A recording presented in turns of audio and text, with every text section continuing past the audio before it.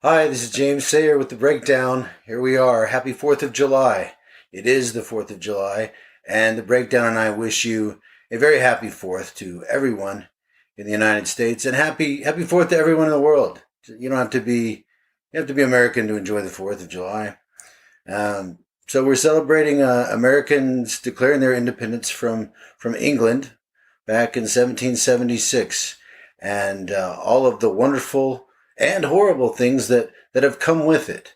The United States is a great country, worthy of celebration and worthy of being honored, but also, like everyone and everything, worthy of criticism.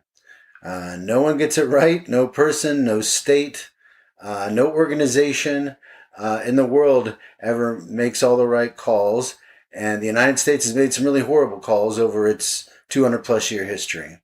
Guilty of all kinds of atrocities and horrible things, in addition to all the wonderful and incredible and amazing, beautiful accomplishments by the people who've come here over the centuries. And it is a great country, and a country I'm proud to be from and to live in. And it's difficult for me to even imagine living in another country. I know I could, and I'd probably enjoy it. But I do love America, and there's so much I could spend the rest of my life just exploring the West of the United States and the American West and the Pacific Northwest. There's just so much to explore, and it's a great country. So anyway, here we are. It's episode 24, long-awaited. There's a long delay. Lots going on in the world, right? You may have noticed there are a lot of things happening, and we're trying to keep on top of it and track it all, make sense of it all, and put it together for you in a package that is of high meaning and deep value, that's worthy of your time. So rather than rush out an episode to you, we decided to slow roast this episode in the crock pot, which we did lovingly. And so now we've brought to you tonight the Breakdown Extreme Variety Pack. That's right. I wish if we had graphics, they would have flashed up on the screen right now with some fireworks as well. But yes, the Extreme Variety Pack is what you're going to be getting tonight. Congratulations. So what that entails is we're going to do a little overview of how Biden's been doing so far, the good stuff, the bad stuff, the in-between stuff, what we think he should do better, what we like, what we don't like. We're going to talk about that. We're going to talk about Reality Winner. She was released June 2nd, a little over a month ago, got early release from prison. She was convicted for, she confessed to and did a plea deal with the government for revealing NSA documents when she worked as an NSA contractor. She gave them to the Intercept media organization. Leaked the information about the 2016 elections with the Russians attempting to hack into software voting system company in Florida, and also to hack into government officials' accounts as well to affect the elections in favor of Trump. She revealed that information. It was top secret NSA information. She took that report the day it came out and smuggled it out in her pantyhose and mailed it to the Intercept. But the Intercept and Reality Winner were not particularly effective in covering her tracks, and she was caught quickly, confessed to the crime. So we're going to talk a little bit about that. She's out now. She got out early for good behavior because she was very well behaved in prison.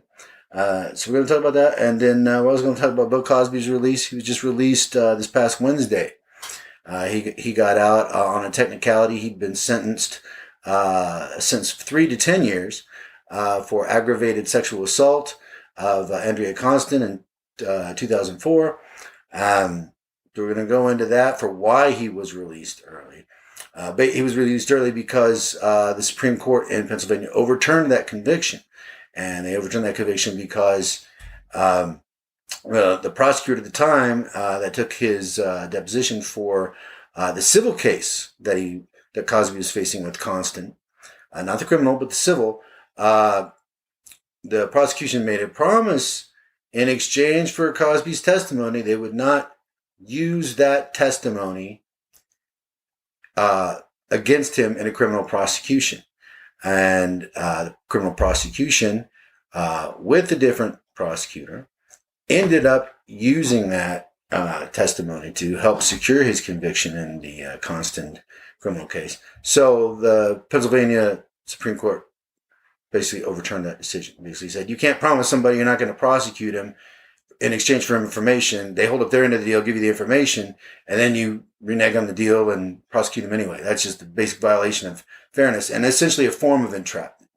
So we're going to talk a little bit about that too. Lots of stuff going on. Derek Chauvin, also the police officer who murdered George Floyd, and he was sentenced. He was sentenced back in, I can't even see. I can't remember. That's what happens when you get old. He was sentenced June 25th. And he was convicted on 3 separate counts. It was like second degree murder, like I can't remember. I wrote them down. What is it? Like third degree murder, second degree manslaughter.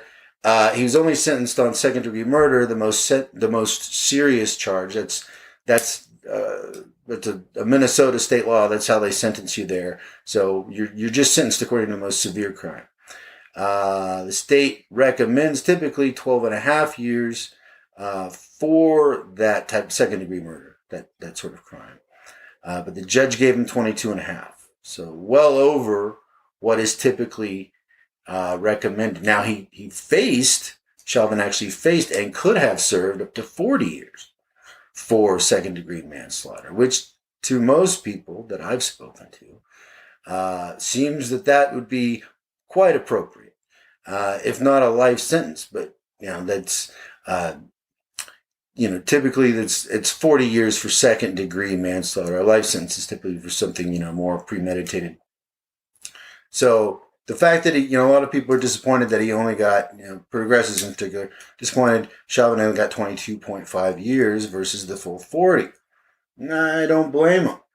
22.5 seems a little shy for what was a brutal murder, a public brutal murder of somebody, completely unjustifiable. The fact that Chauvin did what he did, technically within what one could argue, in his duties as a police officer, but he exceeded those duties grossly and used his authority as a police officer essentially to commit murder. So, in my opinion, that abuse of authority actually makes the crime worse. It's not really in Chauvin's favor. There wasn't really a justification for that escalation or that level of brutality. The 9 minutes that he was on George Floyd's neck. But he got 22 and a half years. And George Floyd's family was relieved and thankful for that verdict. They were worried he was going to get off, and rightfully so, because it's been rare up until very recent years that a police officer is convicted for murder. So, that's good. That's good that they're at least reasonably pleased. I'm sure they would have liked a longer sentence as well. But the fact that, some degree of justice has been meted out, that it gives some comfort to the George Floyd family. And here's another thing, though, okay? Because I always like to try and make things, be somewhat positive. I try and see the positive and the negative and be fairly, honest about how much is good and how much is bad, right? Sometimes it's 50-50. Sometimes it's like, good and bad, about half and half. Sometimes it's not. Sometimes it's mostly bad. Sometimes it's mostly good. And it's important for an analyst to be able to, be honest about that assessment, their assessment, and say, well, from my assessment, the probabilities are this. It's 35% this, 65% that. Regardless of whether somebody likes to hear that or not, right? Regardless of the audience, you got to be diplomatic in how you say things, right? You always got to be mindful of your audience, but you always have to shoot straight and produce the data in an honest and straightforward way. And so that's what we're trying to do. Is that all right? So Chauvin's convicted. He's sentenced to 22.5 years in prison. But according to the parole board, he'll probably get out in 15. He won't even serve the full 22.5. If he behaves himself in prison, then more than likely, someone like Chauvin, a person who's given that amount of time and then behaves themselves, will get out in about 15 years. So 15 years for the murder of George Floyd. Right? That's better than nothing, but it's still not justice. And we all know this. It's a measure of justice. It's a portion, but it's not complete justice. So that tells us there's a lot more work to do. We got a long way to go before we have a more just and equitable society for people that aren't white. So I will say this also. Here's the positive spin I want to give you on the Chauvin thing, okay? Is that he's got, the DOJ has already filed federal charges against him for violating George Floyd's civil rights and for excessive force. So he's going to be on trial for that. He faces those charges, and he's also faces 9 counts of tax evasion charges. Him and his wife. So Chauvin faces all kinds of legal woes for those, and he's also may face charges for 2017 incident where he kept his knee on a boy's back as a teenager, a African-American teenager. He kept his knee on the kid's back for over 17 minutes. So DOJ's looking at that one too. So there might be charges come for that as well. So there's a good chance that Chauvin's gonna, and he might just serve 15 years in a prison for the murder of Floyd, but then he's got these other charges he's going to answer for as well. So there's probably a lot more justice coming for Derek Chauvin than what he's received thus far, and so we can look forward to those further developments. But it is encouraging that other charges, they're not, they're active, like it's in play, right? So he will answer for those things. Now, how it plays out, we'll just have to see, but it doesn't look good. So probably a lot more, not good things to come for Derek Chauvin. Everybody makes mistakes, but, you gotta pay. You gotta pay for your crimes. And when they're bad, the penalty should be proportional to the amount of evil and pain that you caused. And what Chauvin did was severe and justifies, a severe response. Proportional, rational, fair, and not cruel and unusual, but harsh. When you murder someone and you do so in a brutal way, you should be held to account. When you brutalize people, you should be held to account. And you know what? When you commit tax evasion, you should be held to account for that too. So, it's like we all gotta pay. We gotta pay for our crimes and our sins. And so we'll just see where it plays out. But a lot more to come for Derek Chauvin there, and it's not looking good, which is encouraging. But anyway, accountability. I don't really relish in the suffering of anyone, but I do crave accountability for, evildoers. And what Chauvin did was evil. And, must be held accountable for that. Just like I expect to be held accountable when I screw up, and when I do evil stuff. I do evil stuff. We all do. We all do bad things sometimes. We all make mistakes. Now, most of us don't murder anybody or deprive other people of their civil rights or just, loot someone's pension, right? Or brutalize people. But we all make mistakes in our lives and little betrayals and things that screw up our lives and the lives of those around us. And we have to answer for that. That's universal. Nobody gets to escape that, right? And you can't be part of a tribe and violate the rules of the tribe without answering for that, right? Especially when, the rules of the tribe are particularly reasonable and just. Like, don't murder other people in the tribe. That's a reasonable rule. Don't murder other people in the tribe. You gotta work on that, folks. So anyway, yeah, I kind of went through the whole Chauvin thing, didn't I? So anyway, we'll just round about back to Cosby for a second. Um, so Cosby spent almost 3 years in prison. He got out early. They overturned his conviction. Again, a lot of progressives upset about this. Understandably so, because he had been denied. He'd sought parole, early release for good behavior, and was not granted it. So he was going to do some more that time. And then the conviction's overturned and gets out. So obviously, women's rights, victims' rights advocates are up in arms. Progressives are angry about this. They feel like justice has been, denied or extremely diluted, and they're right. It has been, and it's the fault of the prosecutor who made that promise, who was also the same guy who defended Trump at his impeachment hearing.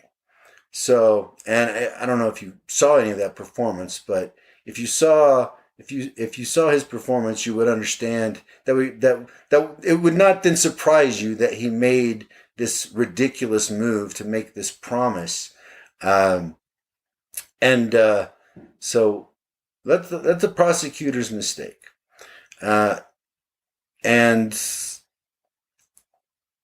he shouldn't be a lawyer anymore. Those people who do that stuff, they just need to find a different job, right? And that's how it is sometimes. Sometimes you just have incompetent people where they're just either because they're lazy or they're not that bright, they got bad habits, or they're just ethically, challenged. They're just corrupt.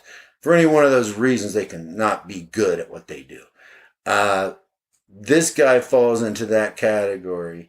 Probably for numerous reasons I just mentioned, but his performance. I think my harsh critique is justified in the fact that his promise allowed for the early release of Cosby from prison, and that he gave one of the most ridiculous defenses of former President Trump imaginable, and an embarrassing performance that I encourage you to watch. Whenever you find time, when you have absolutely nothing else to do, and you want to watch footage of the Trump impeachment hearings, you'll be in for quite a treat. It's quite a clown show, I can promise you. So it's unfortunate Cosby's out. He'll never be free of the prison. He did do some time. He did answer for his crimes. He also settled with Constant in the civil suit, where he gave that testimony that ended up, implicating him in the criminal trial. He settled with her for like $3.4 million, so she got paid.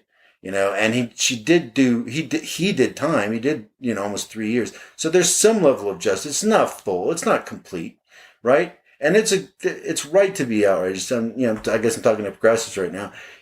You're right. You're right to be pissed. You're right to be upset that Cosby's not still in jail. But it's really the prosecutor's fault. The Supreme Court justices in Pennsylvania were right. They're looking at basic fairness and the rule of law, and they were right to make the decision that they did. No one should ever hire that fellow again. I can't remember his name. I've got it written down. Bruce something or other, but his last name's failing me right now. But he was the prosecutor, and he was Trump's attorney for the impeachment hearings. Amazing. So yeah, I say that guy needs to find another line of work, and he's probably looking. So anyway, that's Cosby. He's not gonna. However much of his life is left, it will be, lived. Yeah, he's gonna have to live with the shame and the prison of having most of the world feel very certain that he's guilty as hell. There's just way too, basically, because him providing the testimony that he did revealed his guilt, right? And with the dozens and dozens of women that provided very similar testimony, over the years with how he used drugs with women, right? I mean, a lot of this stuff isn't admissible in court because a lot of it came out years later after statute of limitations was way over, right? So he's not going to be convicted for a lot of this stuff, right? But there's no way you can convince rational people who become aware that some dude has like 50 plus different charges from 50 different plus different women against him for doing basically more or less the same kind of thing over decades. It gets really hard for people to believe that. Then he goes and admits it, right? He admits it in the civil trial because, you know, to protect himself from being prosecuted in, you know, the in a criminal case, right? So he admits his guilt because he feels safe. Cosby admitted his guilt because he felt safe, because he was promised, right? So in that sense, the prosecutor did a service, right? He may have just been lazy. He didn't want to do the work, right, of trying to work it out of Cosby. Right? He's just like, look, let me just promise you, you're not going to go to jail. Just tell me what happened, right? My kid's got a ball game.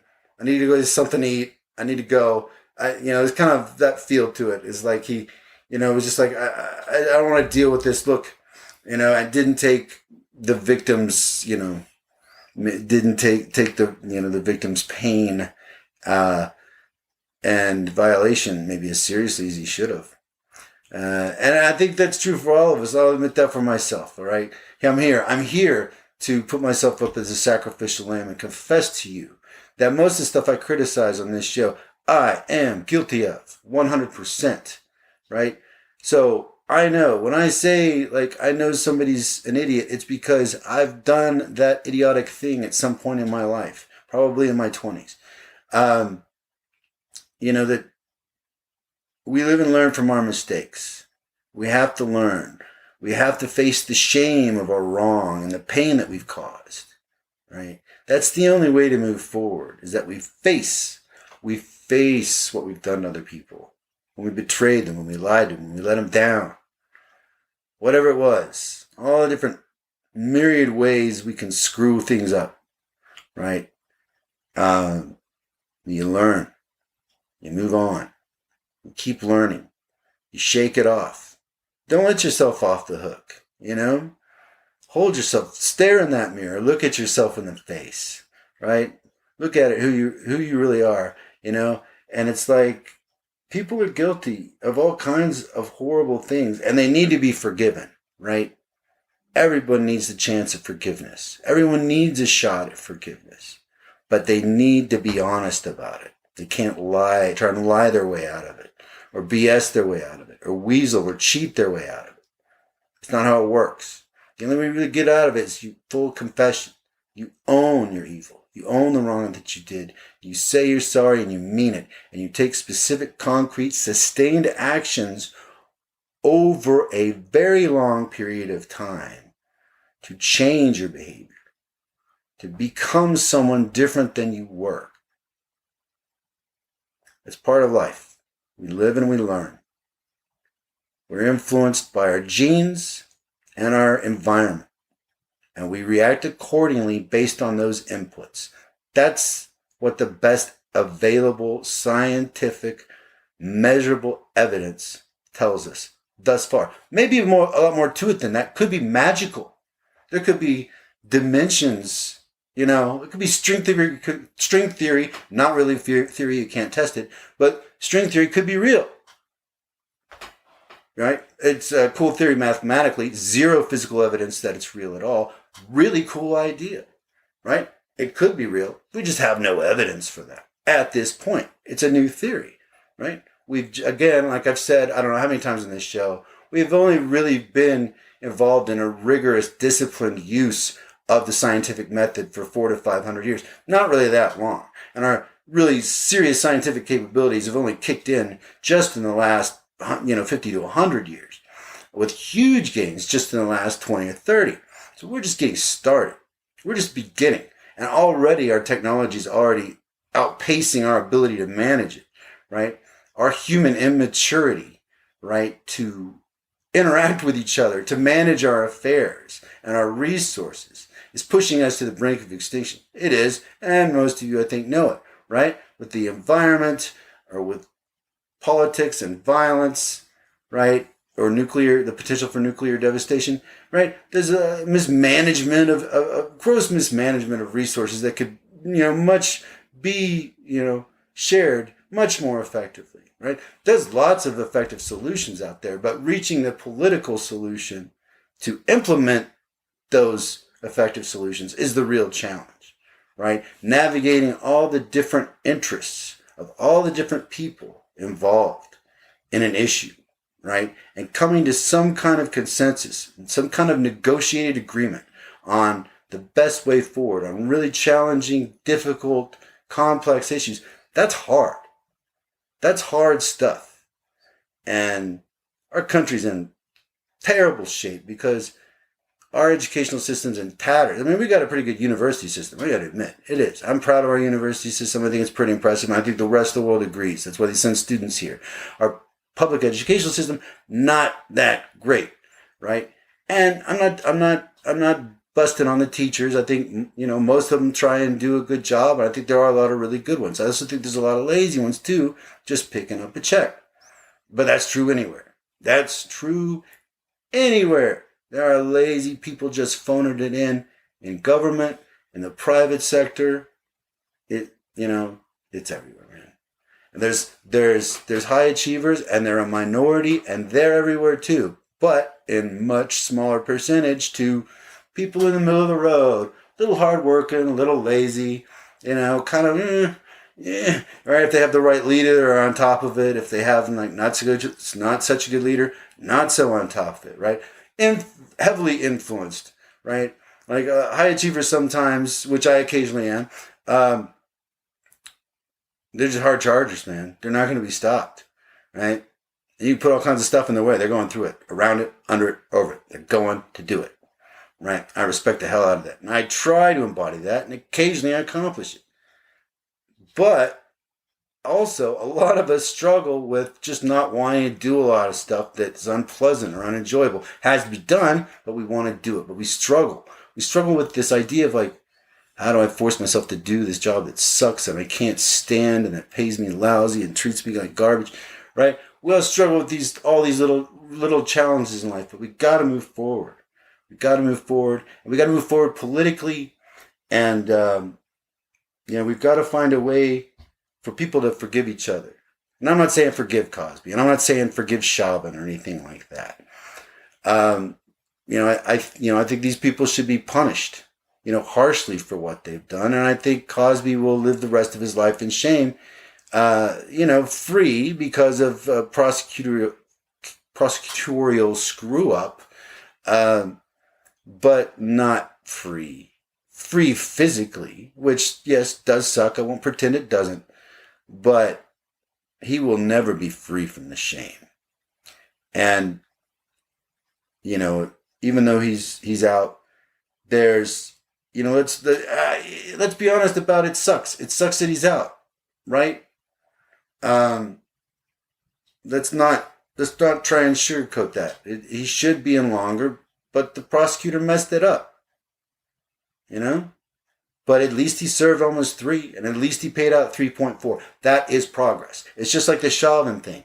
He should have gotten a full 40, but he didn't. But he got 22.5, and DOJ's coming after him again, right? He's facing charges. He's facing charges for the tax evasion and for violating Floyd's rights, and he may be brought up on other charges with putting his knee on the teen's back. So in 2017, so there's tons, right? There's justice coming. It's imperfect. It's slow, but it is happening, and it is improving. So I'm saying take heart.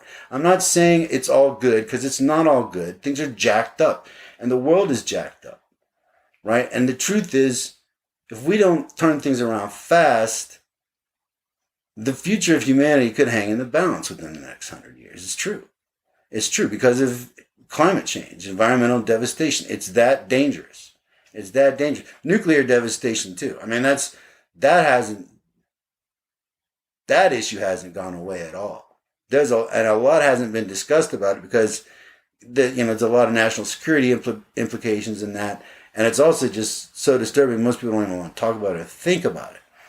And the idea of getting rid of all nuclear weapons, everyone supports, but the trust but verify thing. How do you get it down to zero, right? Verifiably and safely. How do you do that, right? How does Russia and China and the United States and the other countries agree to just get rid of them all gradually over time, and do that honestly, and then you can, that's tough. But we've gotten them down a long way. We need to knock them down a lot further. So that's a serious problem, right? Environmental devastation. We're running out of time. And you're seeing the effects everywhere, right? And the debate is over. Climate scientists, they've established it's human contribution. They've done plenty of models and controlled for all kinds of variables. It's not the sun. It's not this. It's not fluctuation in the sun's energy output and its solar rays. They've controlled for that. It's not that. It's not volcanoes. Nope. And most of that increase in the CO2 output and the CO2 concentration in the atmosphere occurred in the rapid, huge increase in CO2 concentration in the atmosphere has occurred in the last 50 years. The last 50, right? And that perfectly coincides with us just pumping hundreds of billions of pounds of CO2 into the atmosphere every year.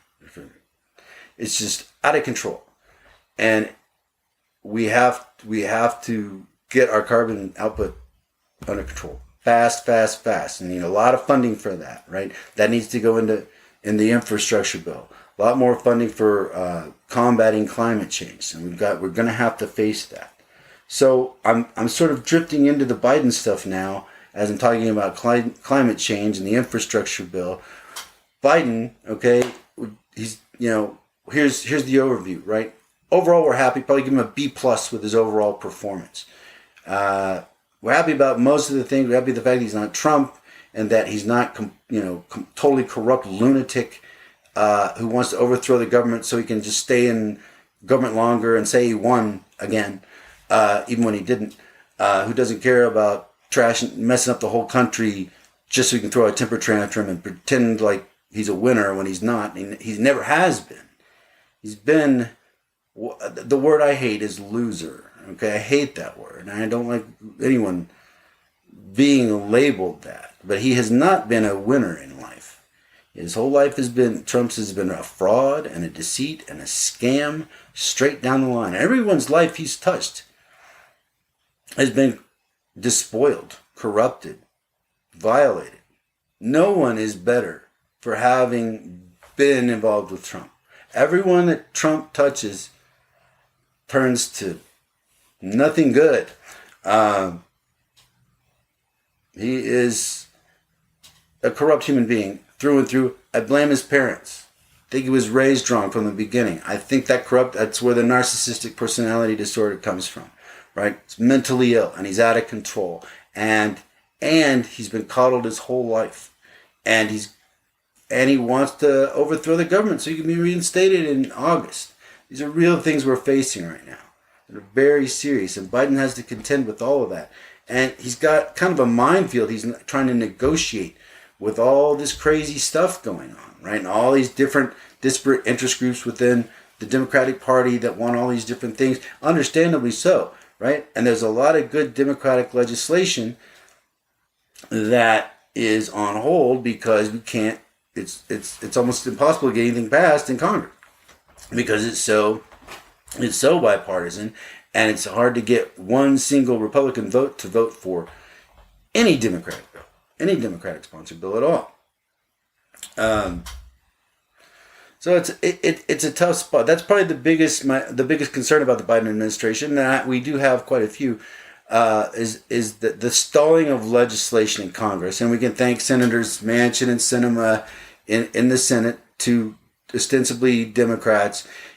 Their claim is that it destroys the comedy. It destroys the bipartisanship of the Senate to repeal or reform the filibuster, but that's nonsense because, I mean, Republicans have destroyed the comedy and collegiality of the Senate years ago, as they've, repeatedly, attacked unnecessarily all kinds of, decent people just working and trying to do their job in the opposition in the other party, right?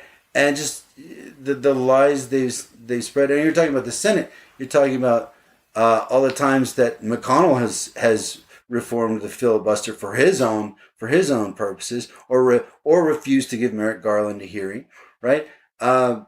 So they gave up on that a long time ago, and Republicans have repeatedly shown they have no respect for American institutions. They completely played deaf, dumb, and blind as Trump ran over all of our institutions in the previous administration.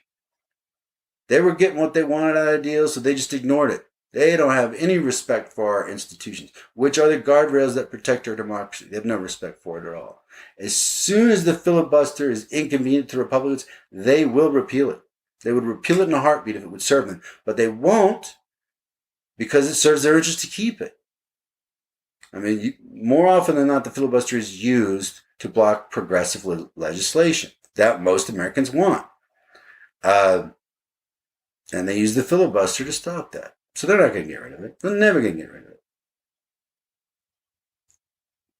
We have to get rid of it. That's the only way things are going to get passed. We can't get Manchin and Sinema to come around to repealing the filibuster. We're kind of stuck, except there is one other way. It's called reconciliation. We've talked about it briefly before. They can use it instead of having to get instead of having to overcome, the filibuster.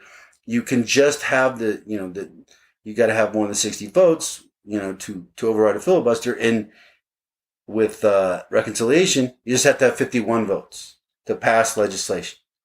All right. So that, if they can't get infrastructure passed, they can use reconciliation for that. Here's the trick with reconciliation. You can only use it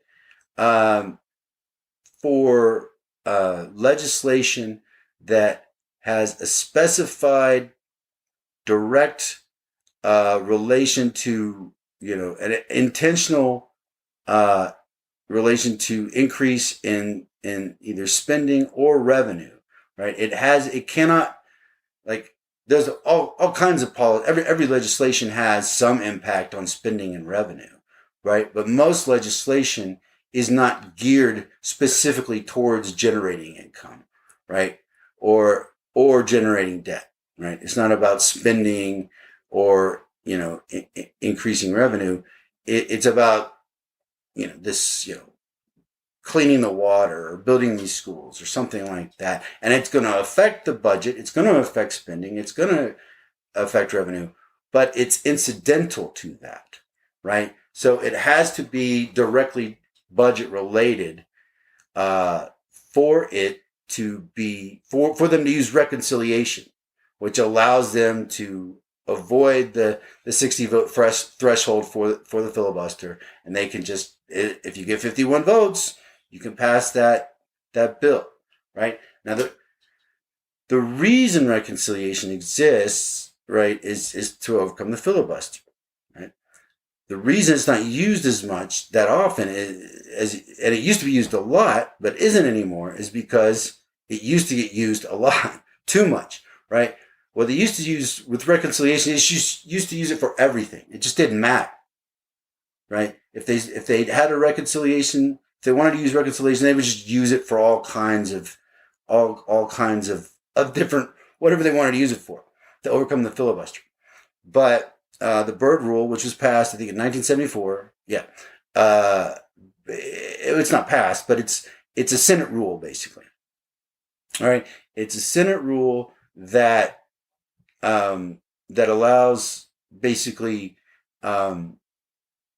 it's the Senate rule basically says you can't, what I just told you, you can't use the budget. You can't use legislation that isn't directly related to the budget, right? So so according to the Byrd rule now, you couldn't use reconciliation for police reform, or you couldn't use reconciliation to I'm trying to think of most things, probably for education reform. You couldn't use it for that. But infrastructure is one of those things that you could use it for. Like the Affordable Care Act, they used reconciliation for that because it had a direct tie, a direct connection to both, revenue and spending, and was budgetary in nature. So, but if it's non-budgetary, according to the Byrd rule, you can't use it. And that was just to avoid, they just put that in to avoid people abusing it, right? Because they were just using it for everything. They wanted to make sure, no, we're just going to use reconciliation, because it was basically undermining the filibuster, which upon further reflection now seems like, well, maybe that wouldn't have been such a bad thing, right? Maybe undermining the filibuster back in the 70s would have been okay. Might have been able to move along some important progressive legislation a lot sooner. But anyway, a lot of folks have defended the filibuster. A lot of liberals and moderates, and even a lot of liberals and moderates still defend the filibuster, right? As a means to be deliberative, right? Thoughtful, not rash about the decisions that you're making. And that was one of the nice things. That's one of the nice things about the Senate, right? You serve a 6-year term. You don't serve 2 years like you are in Congress, where you're just basically campaigning. Your whole job is just campaigning for money. You have no time for basically anything else. In the Senate, yeah, you're campaigning a lot, but you got 6 years between elections. That's a nice, comfortable space where you can, be a little bit more of your own person, have a little more freedom to do things your own way. That's a pretty good setup, and allow you to be a little more deliberative and thoughtful about things. And you're not isolated, but you are insulated from immediate unemployment, right? Where you got 6 years to, right, shore up your next gig, whether that's as continuing on as a senator or moving into something else. You got some time to do that, versus if you're a lawmaker in Congress, you got 2 years. So you're just in this crazy money hustle the whole time. And that's basically all you're doing. So we already kind of have the deliberative process built in, simply because the Senate term is so much longer, 6 years versus 2 years in Congress. So it seems now that, the filibuster has outlived itself. We have a lot of urgent legislation. Climate change legislation that would be hopefully about $650 billion worth into the infrastructure deal eventually. They're working on that. We'll have to see how that comes out. I think Democrats will end up eventually getting passed out of necessity, because we do have bridges and we do have a lot of infrastructure problems, buildings collapsing, bridges collapsing, overpass collapsing. You're hearing about these reports basically every week now. It's getting ridiculous. And like our airports and things and mass transit are, like a joke compared to most of the other advanced countries in the world, because we just underinvested. We've just been cheap. We've been cheap with our infrastructure, which is how we kind of roll a lot of time, right? It's not that we're bad or anything, but we're kind of like, it's like we're kind of the talented kid that is kind of lazy in school. Like, he knows he can pull it off, right? He's kind of like the smart jock or whatever, but he's a little too cocky. He's like a little too confident in his abilities to pull it off at the last minute. And that's what we seem to like to do is, we like to watch a little too much TV and eat a little too many chips, stay up a little too late. Then all of a sudden it's like, oh, no, the planet's on fire. We got neo-Nazis trying to overthrow our government. It's like, well, it's time to get our act together. It is. It is time to get our act together. So there's a lot of important stuff, important police reform, important voting rights, probably one of the biggest, most important things that could be passed, probably the most important thing to be passed, even before infrastructure, would be the voting rights legislation,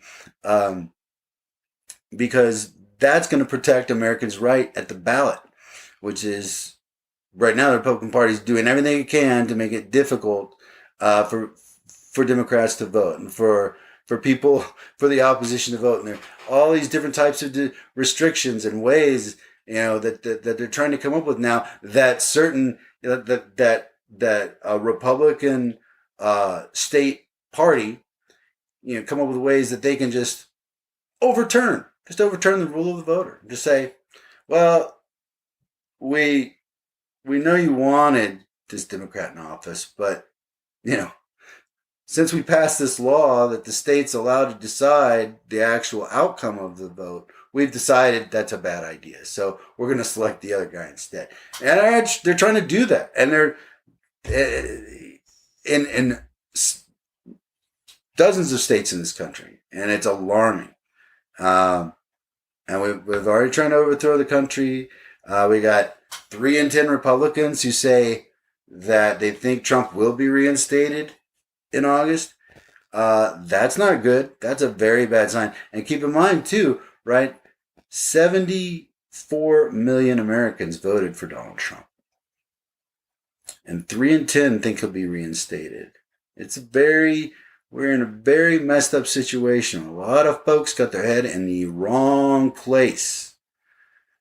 It is a dark, dark time. This is like late 30s Germany in many respects. And I know it's kind of tempting to think that's hyperbole and that everything's going to be fine, but there've just been way too many red flags.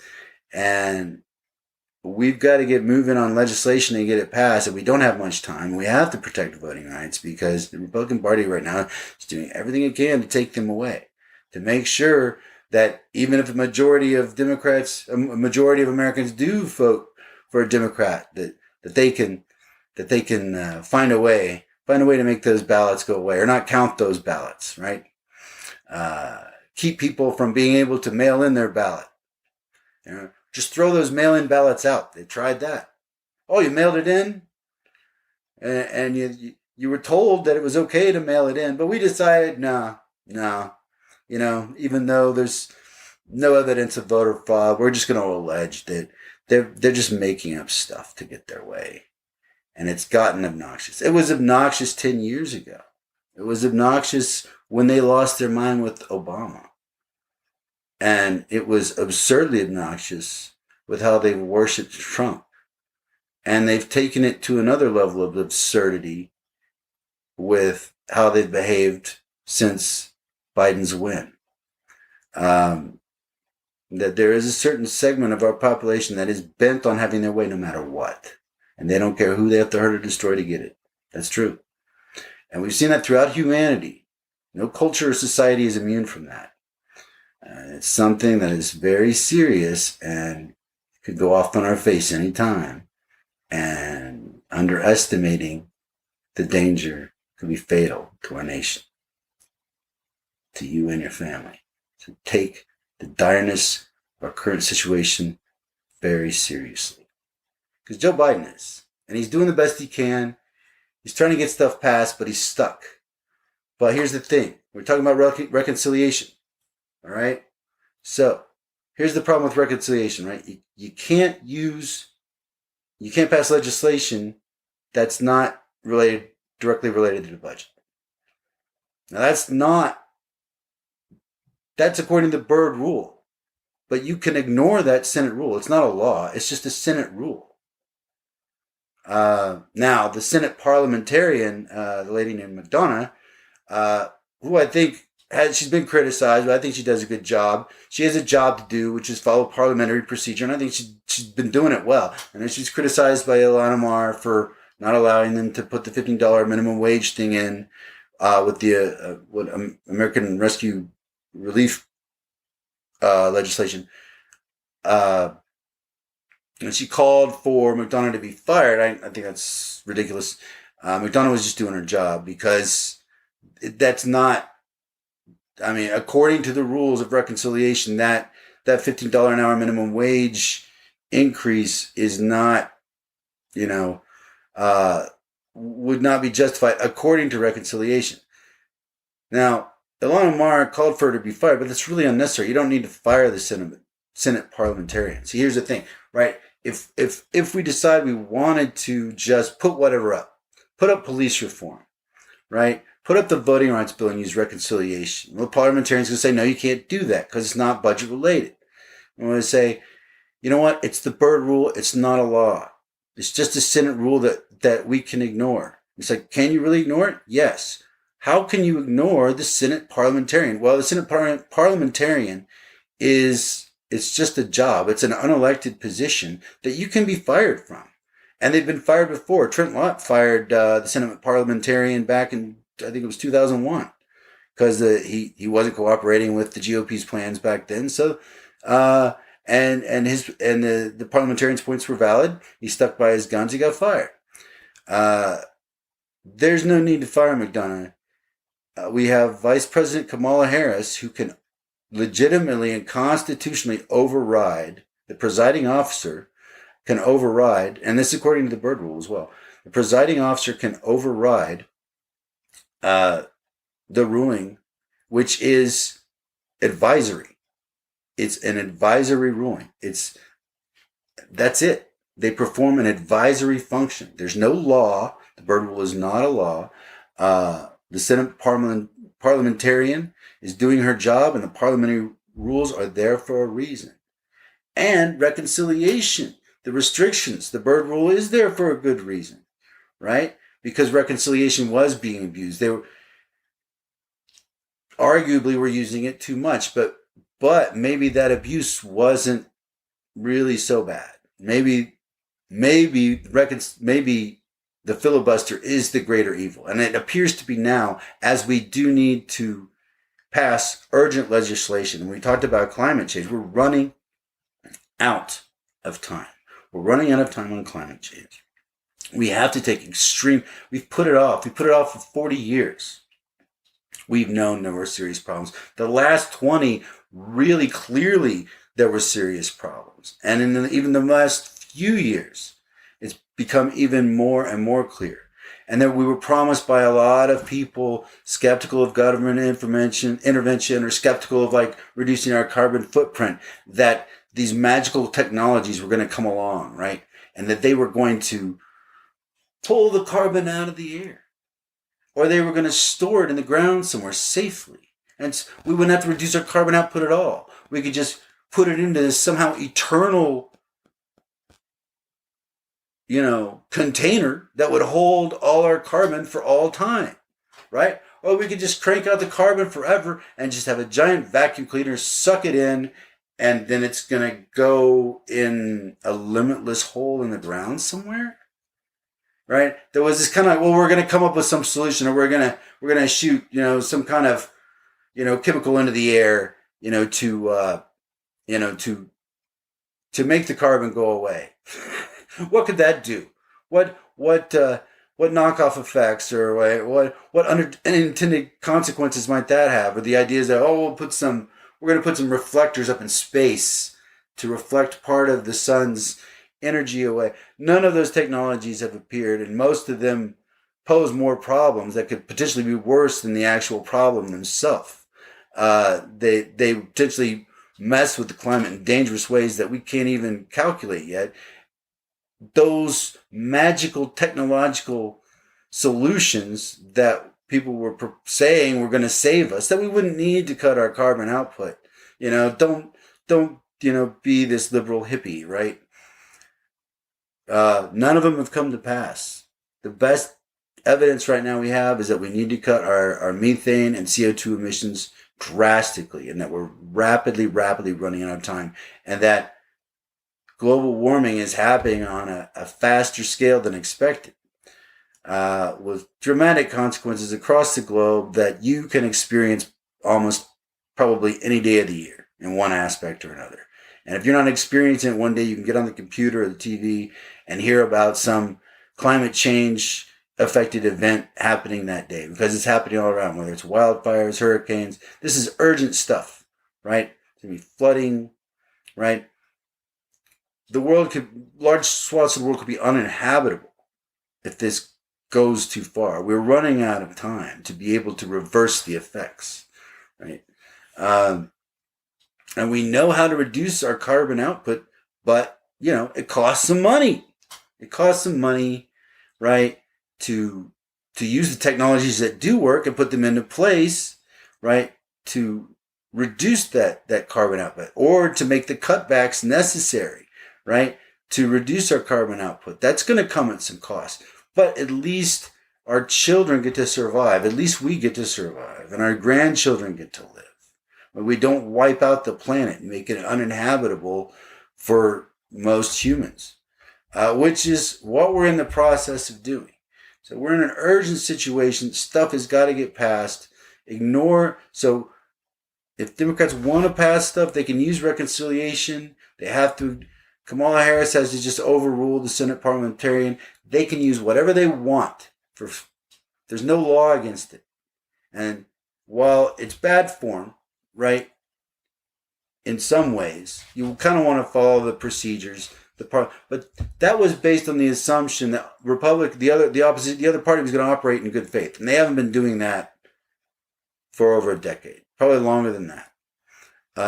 Probably since at least. I was definitely since George W. Bush, and it got worse under Trump, but I think it goes back to Gingrich and even to Reagan, that there's been this dishonest, perverse demonization of people on the left. That means people who care about the less fortunate. People who care about justice more than money. They've demonized us for decades, right? They was all communists, socialists, they hate Americans.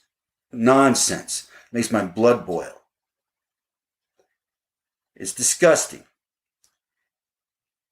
And it has led to all of this. This hate they have been nurturing, right? Some Republicans have revoked it, have renounced it. They've said it's gone too far and it needs to stop. And thank you to them.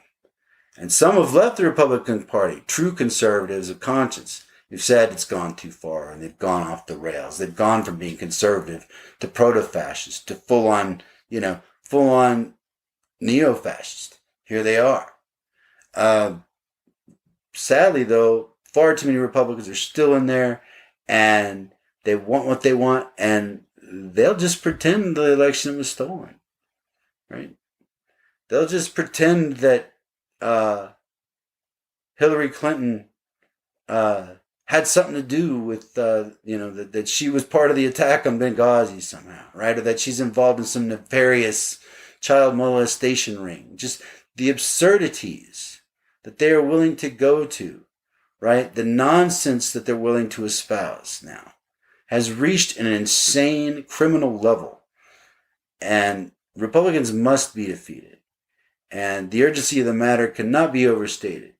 And I think overall Biden has done a really good job. We're not happy with the fact that he let MBS, that's Mohammed bin Salman, the de facto ruler, essentially, he's the crown prince of Saudi Arabia, but he's really the de facto ruler now of Saudi Arabia, basically gave him a pass for the murder of Jamal Khashoggi, who was murdered in 2018. He was a Washington Post journalist from Saudi Arabia, living in the United States. He'd been critical. He was kind of he was a reformer. Wanted to reform the government in Saudi Arabia. Be critical of Saudi Arabia. Well, he was murdered in 2018 in the Saudi Arabia consulate in Istanbul, brutally and dismembered.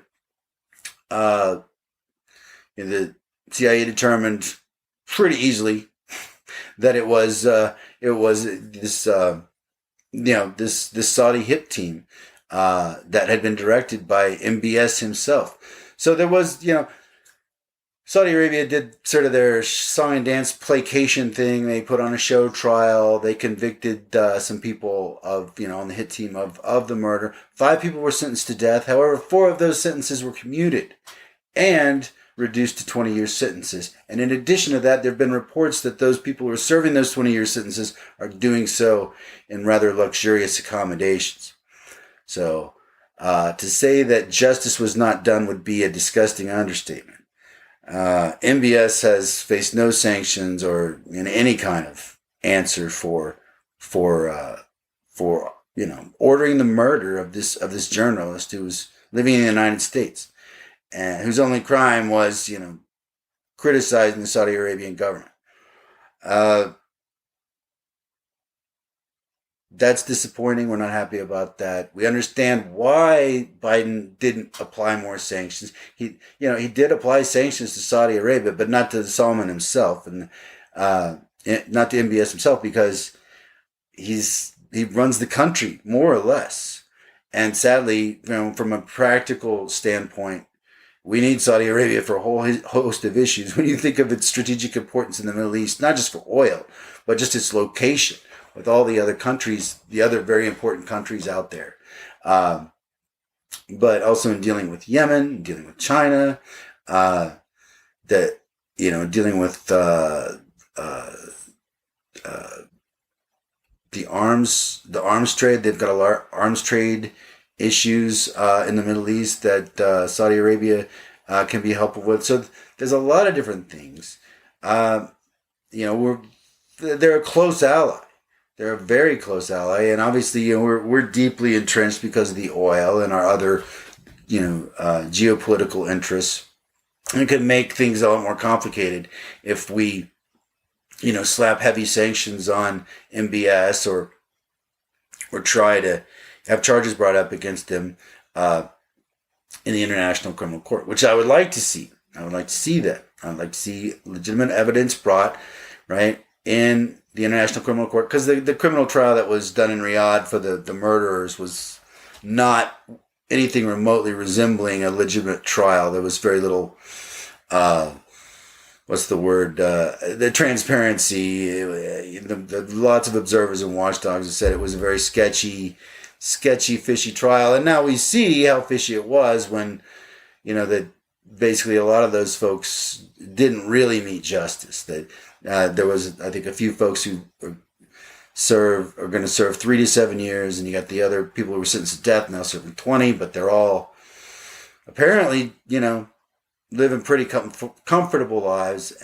So we're disappointed that we understand why, to some degree we understand why not more wasn't done, but we're disappointed, and we hope that President Biden, from a strategic standpoint, it may be beneficial for him to hold his fire for now, but that he will commit himself and the United States in the manner that is most effective to ensure, in whatever fashion is necessary, that in the fullness of time, MBS and those who committed the murder of Jamal Khashoggi be brought to justice. That's what we would like, Mr. President. We want to see him stand up against tyrants just in general, right? Stand up more against Russia. He's slapped sanctions on Russia. Not enough. Nothing really hurting Putin. That's what we're eventually going to want to see. Though I understand why he hasn't. I think the main reason he hasn't, they have put a number of sanctions on Russia for their activities against the United States, and for their other sort of actions, like against the Ukraine and other countries. But nothing, it's going to hurt some of Putin's cronies, but not much more than that. Nothing to really make Putin hurt. It can be hard to hurt the dictator. When a dictator corrals all the power, they can really insulate themselves from accountability. So that's the hard part about sanctions. You end up hurting people, right? And the ruler just hoards all the resources, lives in luxury, while everyone else is in bad shape, getting cranked by the sanctions. We've seen that. We saw that in Iraq with sanctions the U.S. brought against Iraq. Resulted in hundreds of thousands of deaths over time. Sanctions can backfire, and they can have some very negative unintended consequences where you end up hurting the people, right? And you don't harm the tyrant at all. So sometimes sanctions, even though they sound good, they don't really accomplish the mission, and they just end up hurting the people that are under the authority of the criminal you're trying to punish, but you just hurt the people instead. So sometimes you have to come up with more creative solutions than sanctions. I like the idea about the International Criminal Court bringing MBS up on charges.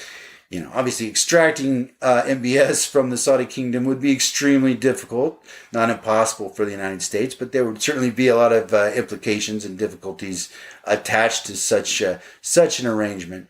Um, you know, but the United States is a powerful and resourceful country, and when it sets its mind to accomplish something, I do believe that nothing is beyond it. So just something to keep in mind down the road about MBS and the others, accountability in the future. Uh, I think there's been some nepotism in the Biden administration we're not happy about. I believe it's like 11 people so far have been confirmed uh, to be that Biden's got close aides, and I think they've identified, like Washington Post identified, I think 11 children of Biden's close associates that are working somewhere within the administration. I think he's got one close associate that's got 3 kids working as appointees in different roles. So that's, people are not, a lot of people aren't happy about that. That's understandable, and I think it's justifiable. I think it's a legitimate criticism. I think Biden can do better. It's nothing near as bad as Trump was.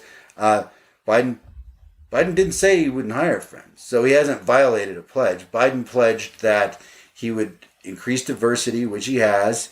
He hired Deb Haaland, the first American, Native American, to hold the Secretary of the Interior position. So that's a big win, and we're happy about that. And we are happy about the diversity in his hiring so far. We're not happy about the nepotism, right?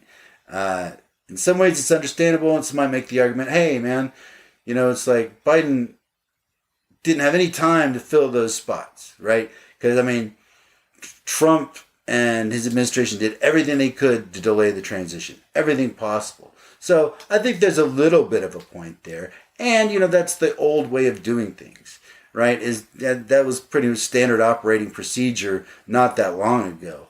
That folks, would just, that was how you rewarded people for their loyalty, right? You threw them favors like that. Oh, your kid needs a job. Oh, your wife needs a little extra money. That's like common graft that's been around for forever, but it needs to be phased out. And Joe can do better. He kept his promise not to hire any of his family, which Trump did. I don't know what he's paying him for, right? But he hired family members, and it's like there was way more nepotism. I think the journalist organization had identified like at least 20 different families with multiple family members that held positions in the Trump administration. So nepotism far worse and out of control in the Trump administration, but we still have some instances of it here in the Biden administration. Not a huge scandal by any stretch, and I think everyone who's being honest knows it, but it is a ding. It's a legit ding. It's like, come on, it's like, yes, Joe, you kept your promise. You didn't hire your family. You are, including more diverse, but it's like, yeah, you're hiring a bunch of, friends of your, family, family of your friends. It's a friends and family plan here. It's like, come on, if you're trying to establish, here's the issue with that. There's nothing necessarily wrong with giving your buddy's son a job, right? Or giving him a boost, giving him an opportunity. There's nothing necessarily wrong with it. But here's the thing, and the question isn't even are these people qualified, right, for the position. That's not even necessarily the question. The question is, although, and in one instance, I know the kid's fresh out of college, so it's like, well, how qualified can he be for an appointee position, it's like, did more qualified people, get the boot, get bumped out of the way? A more qualified person get the bump just because so-and-so was a friend. That's the whole ding on nepotism, right? And it exists everywhere. It exists in companies. You see it in companies all over. It's not illegal, but it's considered unethical, right? And it is, and it can be extremely unethical, and tends to be. Why? Because people tend to unfairly favor their family. That's it, right? And give their family preferential treatment, right? And that's understandable. There's nothing wrong with that. But when you let that go too far and you're giving your brother or your brother-in-law or your sister something, a job, when someone far more qualified and deserving of it doesn't get it, it's like, one, it's unfair, right, to the person who worked hard to actually be qualified for the position versus just somebody who's just your relative. One, it's unfair. Two, it gives you a far inferior, employee, right? You want the more qualified person. You may think you want your relative, right? And it may be more convenient for you politically or whatever, expedient to do so.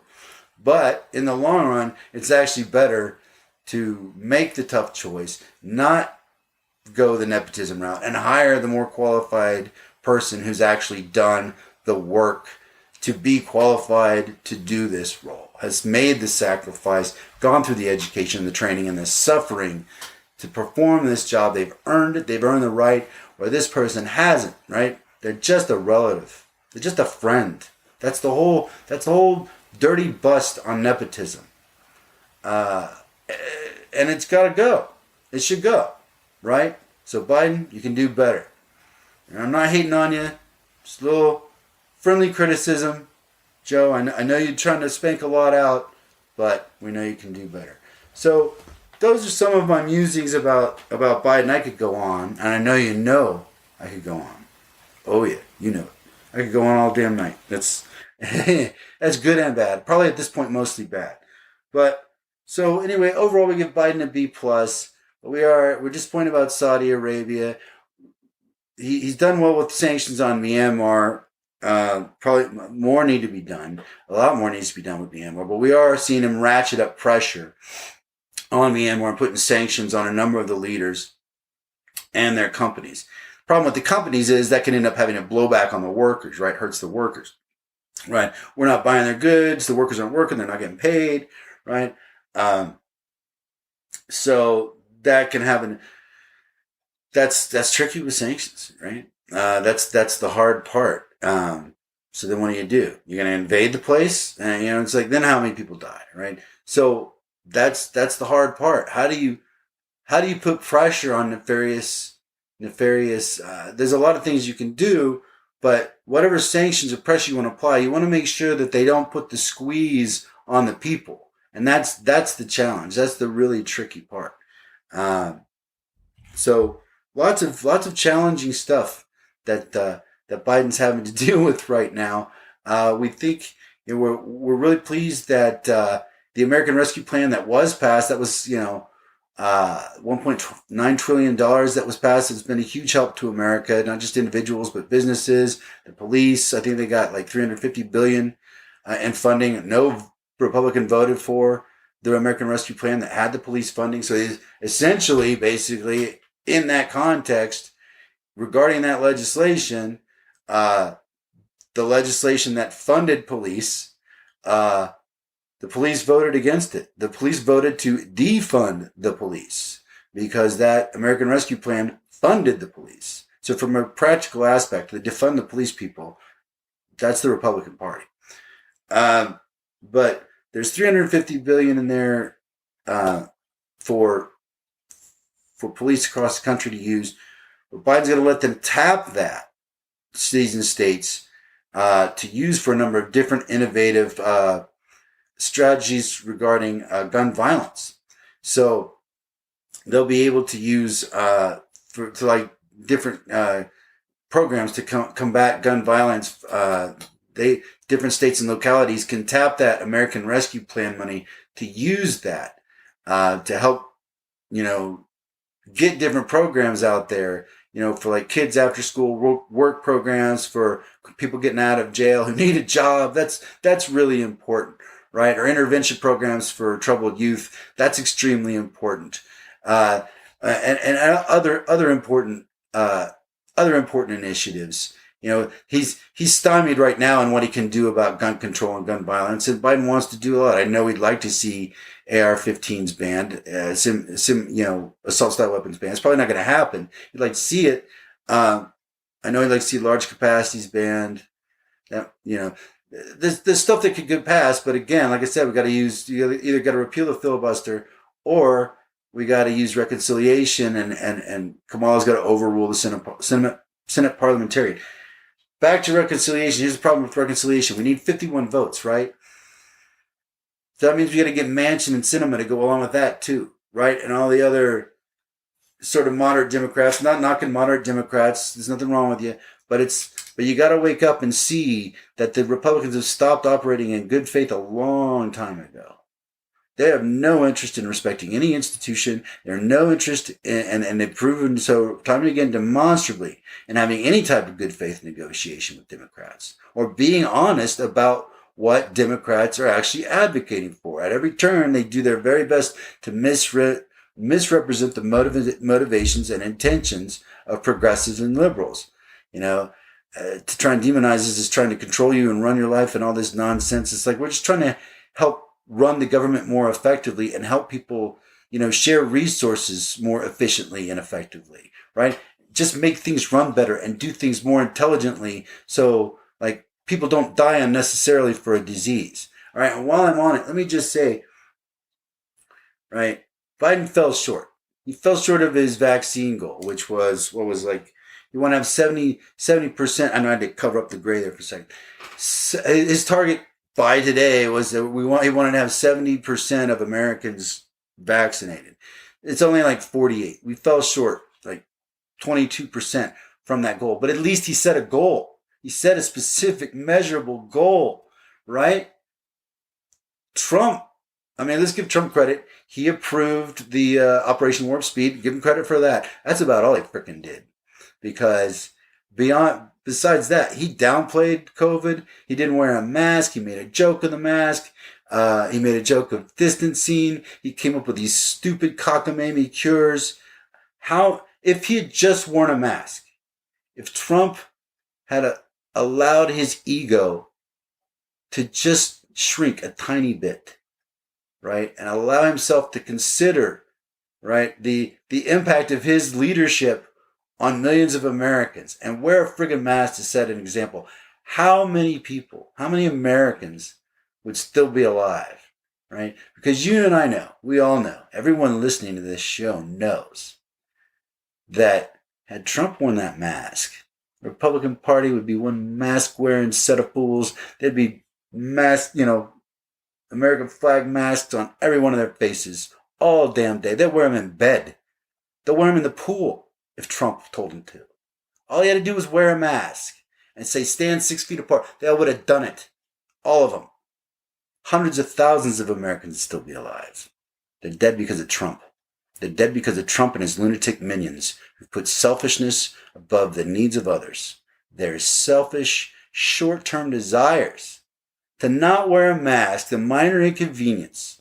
These are the lunatics we're up against that will block important, life-saving, urgent legislation just to do it.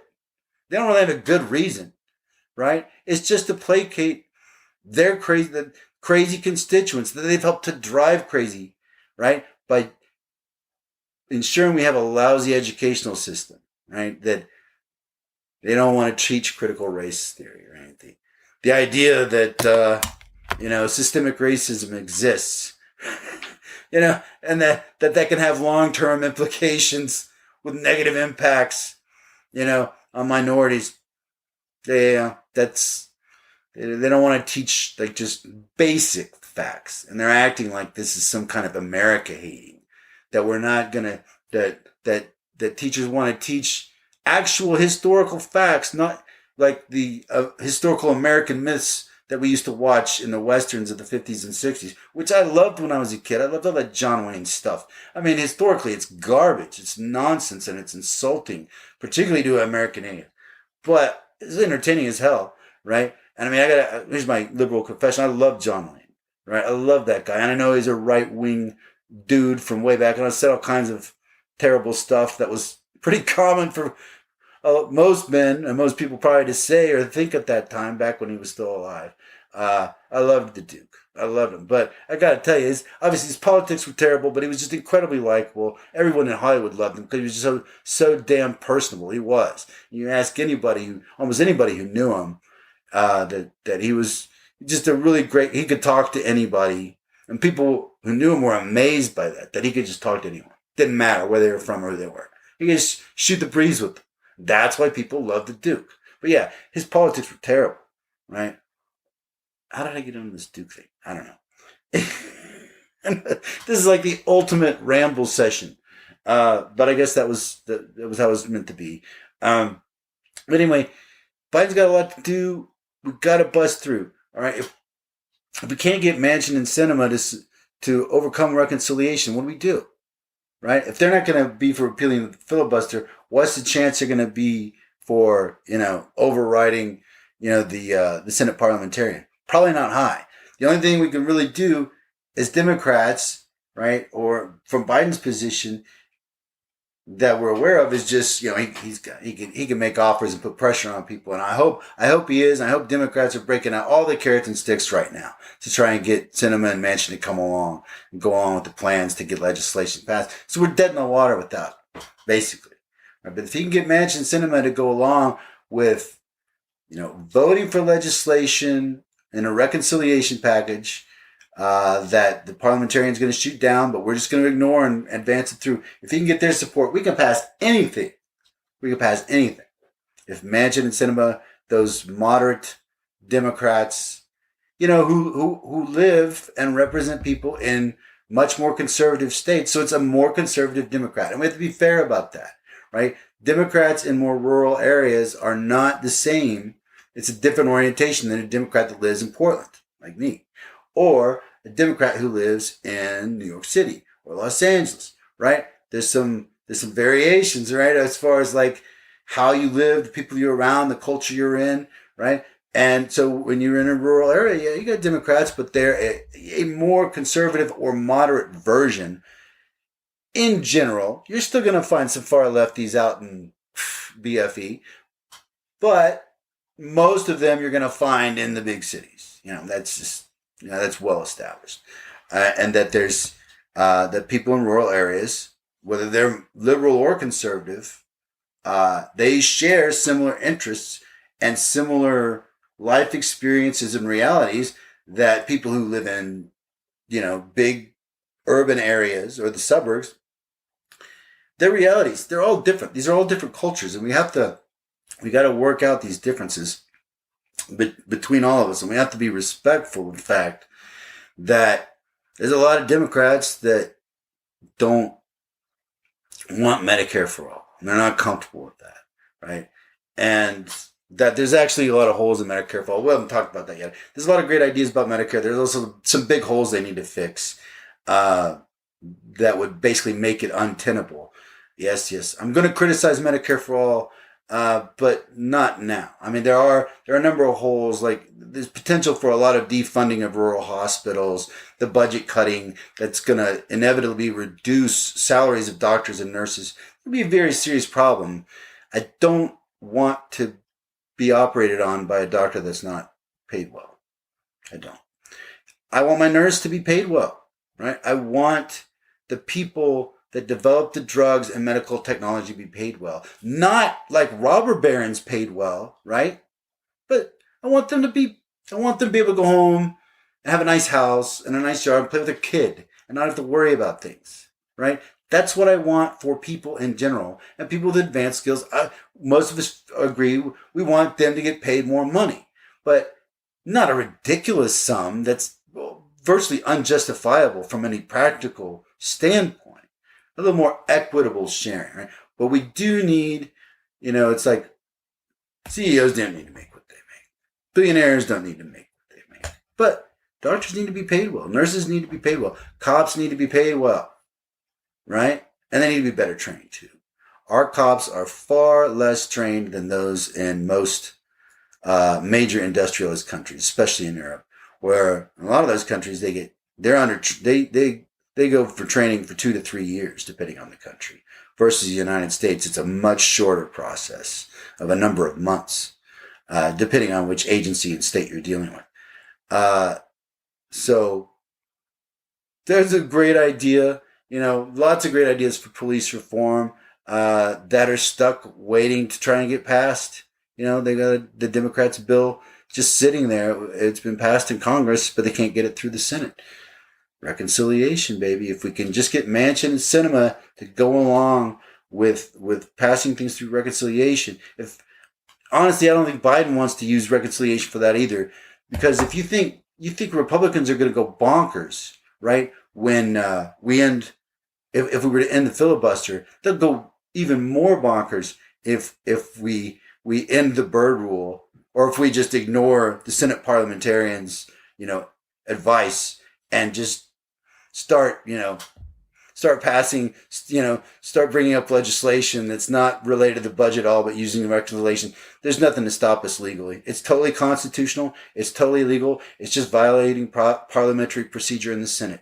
It's violating a procedural rule, which the Vice President of the United States has every constitutional right to do so. And in normal circumstances, I would say do not violate this parliamentary procedure. Parliamentary procedures exist for reasons, right? Reasons of comity and decency, right? Reasons of collegiality, right? That there's a process, a way we do things. Be careful, right? And deliberative. But in this case, there's too much urgent legislation. We got to pass legislation fast.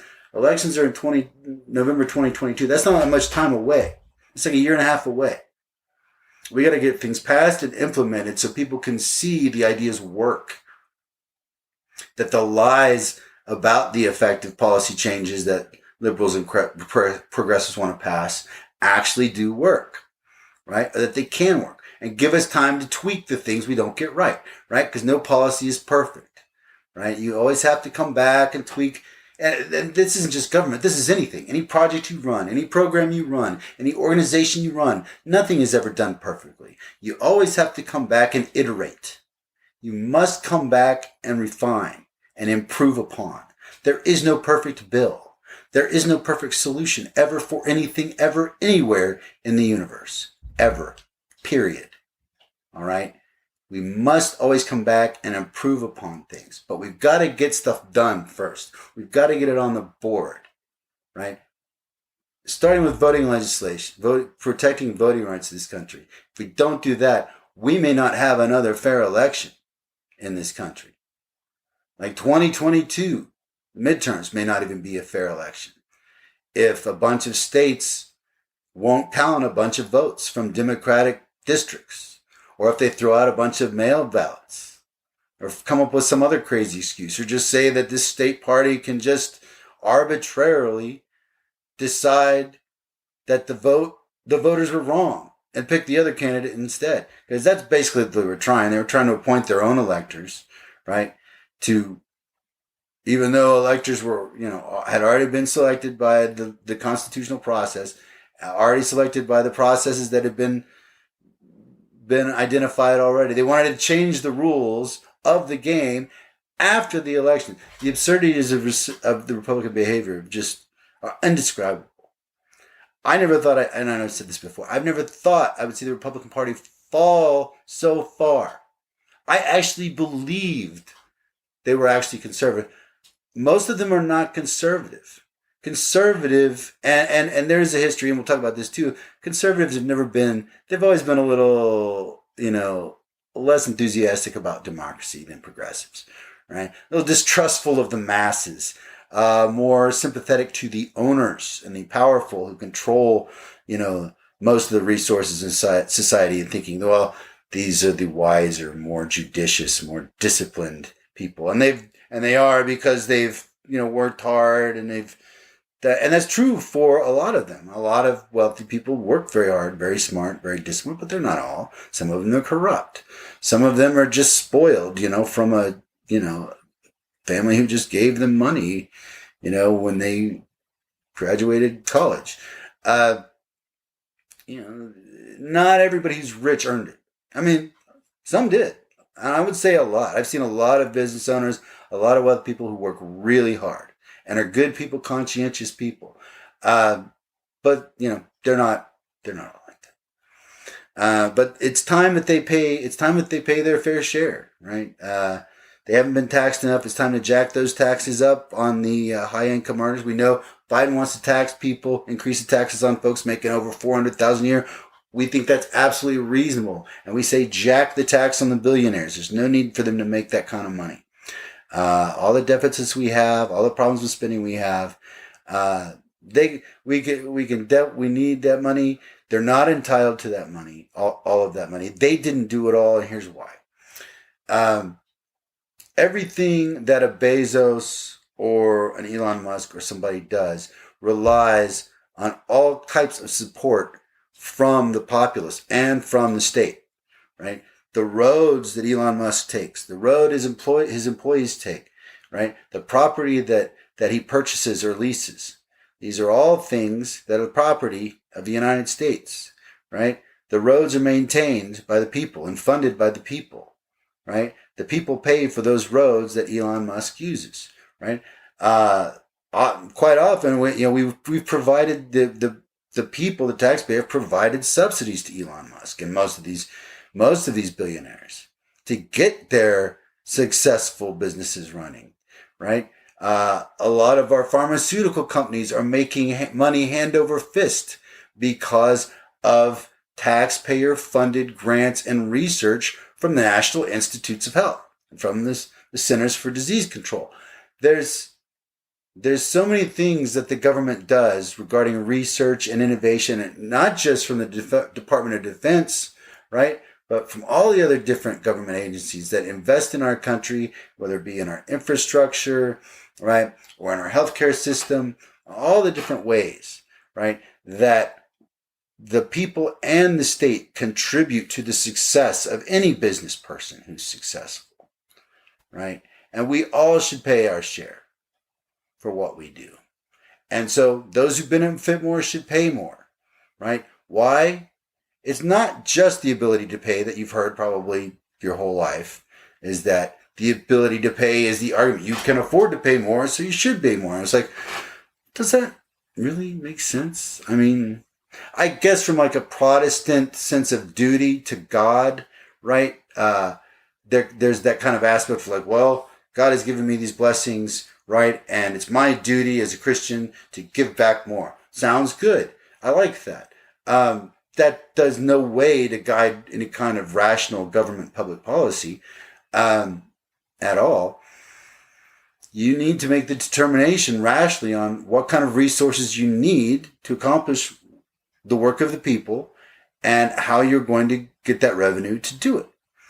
And, those who benefit more from the investments made by the people should pay more, not because of their ability to pay, but because they derive greater economic benefit from the public investment made on their behalf, right? I derive a certain economic benefit from the investments made by NIH, right, into all this pharmaceutical research that then Big Pharma profits from, benefits from the government research, right? Not to mention all the tax breaks they get as a business, right? Big time. And I'm not against Big Pharma. I mean, they're saving us from COVID. I mean, they're saving people's lives all the time with important medicines. These medicines are important. And a lot of them have stupid side effects, but I mean, side effects are part of life, right? And there's always a trade-off. Anything you do has positive and negative consequences, right? And yeah, almost certainly our Western medicine here in the United States is too corporate-centered, too profit-driven, right? Too Western medicine focused, right? There's a lot we could learn from Eastern medicine, from different approaches to health and wellness. I'm telling you stuff I've already heard, right? That we treat the symptom. We don't really treat the root causes of the disease, right? That's kind of the problem. And that's kind of a just typical American problem anyway. We like the quick, hot dog or hamburger solution, fast food solution. This is a pain in the ass. We got stuff to do. Let's just get this spanked out and get on to the next thing, right? But that's not really how you address a root cause that's been a persistent root cause that existed for decades or centuries. You gotta take your time and think about that. Talk to all the stakeholders, hear them out, kind of be like, let me figure this out. There's a lot of people that need help here and are pissed off, and I need to really figure out how I'm going to get all these folks to come on. That's serious, challenging stuff Biden's facing right now, and I think he's faced it down with class and decency and compassion. I could go on for hours, and I know you want me to stop, but I can't. I'm going to stop talking about Biden. I already told you I'd give him a B+. There's a ton of stuff I'd still like to say, but I just rambled too long, so I got to move on. But I have, Biden's a flawed man. He's a good man. He wears his flaws on his sleeve. We all know pretty much what his flaws are. He's not the smart. He's not dumb by any stretch. He's a smart guy, but he's not that smart. He's more of a regular guy, which is why most of us like him. He's just a straight up dude. He just seems like, he stumbles, but he's like most of us. He stumbles through life, but he stumbles nobly. He learns from his mistakes. He's willing to learn from them. He's willing to own up to them. He's willing to try new things, and he cares about people, and he cares about, trying to relieve human suffering. That means something to him. He's spent his whole life in public service, and I'm proud that he's finally in this position. I think right now he's at a B+, and he's being stymied by Congress, and there's other things I'd like to see him do that he hasn't done. And there's other stuff he's done that I haven't mentioned that I like. But that's always the case, right? It's complicated. There's so many different things. You can't please everybody. But overall, I would say most Democrats are over the moon with Biden, right? None of us are thrilled, like with everything. There's stuff we don't like, and I've mentioned some of those things. But it's just nice to have a decent man in the role who has experience and respect for government and cares about people and takes the job seriously and respects our democracy and the processes and just respects the fact that a person should cast their vote and their vote be counted. That just seems like that should kind of be a basic requirement for a president, I think. But anyway, the last thing I'll say about Biden is he's got rare potential for greatness here, because I think people do underestimate him a lot. And while I said he's not that smart, he is smart. He's smarter than people think he is. He's not a genius, but people underestimate him, and he knows he has used that to his advantage many times in his life, and he'll do it again. He's very good at getting along with people and being friendly, with like kind of the John Wayne thing, like I was talking about, where he's just kind of like that. He can get along with him. He's a good-natured guy. He can sit there and listen to you and, get a feel for where you're coming from and understand and hear you out. That's not easy. Not everybody can do that, because you really got to sit and listen to somebody and really hear them and not be in your head thinking about your stuff and me, stuff I got to do. You got to put all that away and actually sit and just listen to somebody and just hear them out. That's hard to do, especially when you have like a hardcore political agenda and like a crazy schedule. To be able to do that kind of stuff is pretty impressive. So the only other thing I'll say is if Biden and the Democrats are stymied in the Senate, and if they can't reform the filibuster or use reconciliation from a national standpoint, the only thing Biden's got left are his executive actions, right? Which he did use to get us back in the Paris Climate Accord. Yay! Because we need to fight climate change now. And that's an understatement, but we're back in the Paris Climate Agreement, which is great. That's at least gets us to start trying to get back on track. So that's the first step towards trying to get where we're supposed to go, even though we're woefully far behind. He also got us back in the World Health Organization. Another great move. That will be good for us to be involved with that, coordinating with different World Health agencies to fight pandemics. Very good idea. And he also actually did reestablish the safety office in the White House for fighting pandemics that Trump disbanded. So that too is encouraging that they have that office. I think it's for health security that's been reestablished. So they'll be able to better monitor, threats like, pandemics, new diseases, and things like that, and other emerging threats. Because it's a complex world, and there's a lot of stuff we need to stay on top of, and there's a lot of competing resources. That's kind of the challenge of life. It's like life is good, and most of life is good if you think about it. Most of it's reasonably pleasant, right? moments of boredom, but most of the time you're probably engaged in something that's at least somewhat interesting, and you have something, hopefully most of the time, that's good to eat, and something that's reasonably entertaining, and hopefully, have a decent family, hopefully, and some halfway decent friends. Nobody's perfect. We all got flawed friends and family and problems in our lives, but that there's pleasure in life. There's good things that are there always to enjoy, and that the really horrible things are a relatively rare part, like war, terrorism, famine. These are terrible, terrible things that nobody ever wants to happen. But they don't go on forever, and that they actually occupy really small spaces of time. And they're definitely things to be rightfully terrified about and to fear and do everything to try and avoid. But it's always good to keep in mind that these bad things never last forever, that they are transitional. And that's not an argument to do nothing about them, like some people have tried to do with global warming, which has been totally debunked. Is that, this is just cyclical, and it's just the way of the sun, and volcanoes contributing, and all that's been debunked by climate scientists across the world. Plenty of stuff. You can go to NASA, all sorts of different scientific organizations that tell you all about it, or the UN's International Climate Change Committee.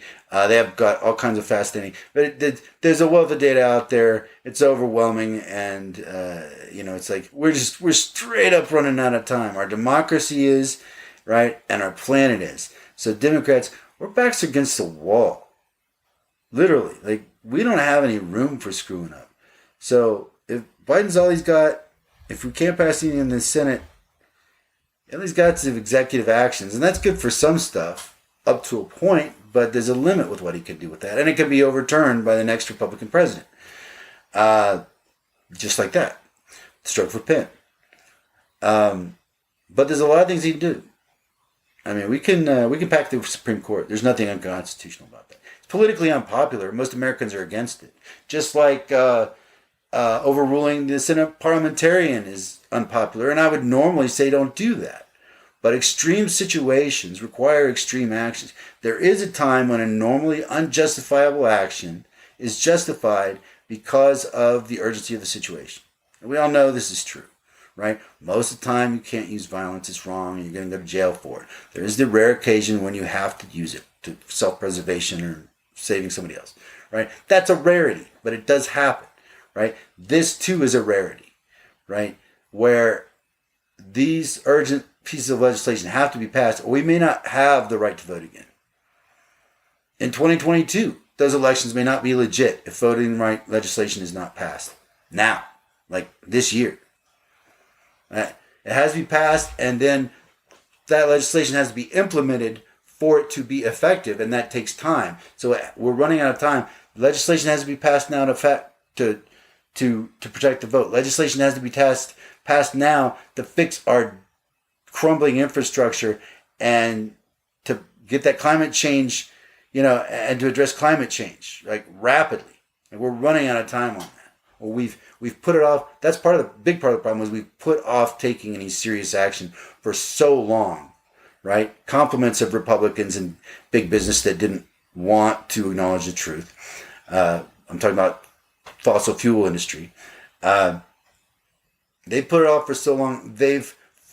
They, by their own choosing and their own denial or deception, have forced a more extreme approach, a more extreme response, out of necessity, because of their own intransigence and denial and delay. Their own tactics are going to cause a more extreme response from the government and from the people, just to stay alive, just to protect ourselves, to ensure our future, because we put off action for decades, right? And if we want to save ourselves, we got to get real, and we got to get real fast. So a lot of potential for Biden. I think he could truly be one of the greats, maybe the greatest. Now that's a bold statement, but I like to make them. There's a chance because, one, people underestimate him. Two, he's got the crazy experience in government that very few presidents have had. A few, but not many. Most presidents have not been in Congress or in the Senate, and then served as vice president for 8 years. That's an unusual skill set, and be like a regular kind of guy at the same time. And right, not a raging liberal, more of a moderate liberal. But you see in a lot of the legislation that's being proposed, it's pretty progressive. Not as progressive as like the progressives want, right? Because Joe's a pragmatist at heart. He knows he's got to negotiate with Democrats, right? The far left and the moderates and everybody in the middle. I mean, you got to negotiate with all these disparate groups that are never ever happy with your outcome, and come up with a compromise solution to put forward for the Republicans to reject, right? Because they're not going to sign anything. You cannot count on any Republican to support anything at this point that Democrats put up. You can't. So the other thing I'll say is that beyond the executive action, Democrats got to get the ground game going in the states. We've let this languish for years, and it's been a problem for decades. Most of, like I said, there's all these disparate groups within the Democratic Party, and most of those groups are represented most heavily in the urban centers of Los Angeles, New York, and D.C. Right? That's where most of the people who advocate for the different progressive causes live, right? But there's this whole huge country in the middle, right, that have all these people in them, right, outside those big cities, where there's just not a lot of representation. The Republicans have been much more disciplined and much better organized at the state level and in general. They're just, dishonest as hell and anti-democratic, but they're very disciplined about their messaging strategy. Give them credit for that. You gotta give the villain the credit where it's due. Democrats, it's like far more undisciplined. Passionate people with a lot of different interests and feelings, conflicting views on things. It can be very difficult for a lot of progressives and liberals to get along, and it's kind of sad. And we need to get over our, I won't say petty, I will say smaller differences, right?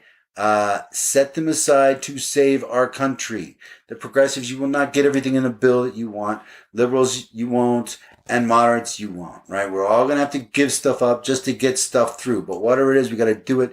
We got to focus on the states, because our state organizations, the state parties, Democrat state parties, are woefully underfunded, woefully underorganized. They need more staff. We need a lot more Stacey Abrams out there who know the people, who know how to go out and talk to people and organize and get people motivated and excited, get them out to the polls.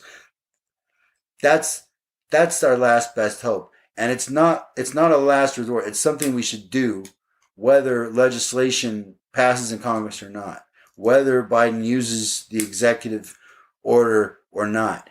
We've got to get a big part of the reason we're in the hole right now is because a Democratic ground game in states sucks.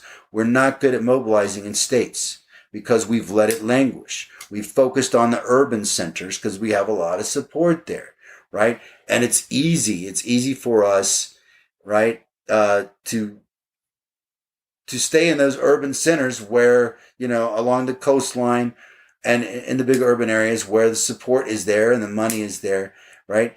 And there's less support and there's less money in the far-flung regions, right? And it costs a lot of money to have organizations and paid staff, in Beaver Creek, Ohio, right? Or wherever.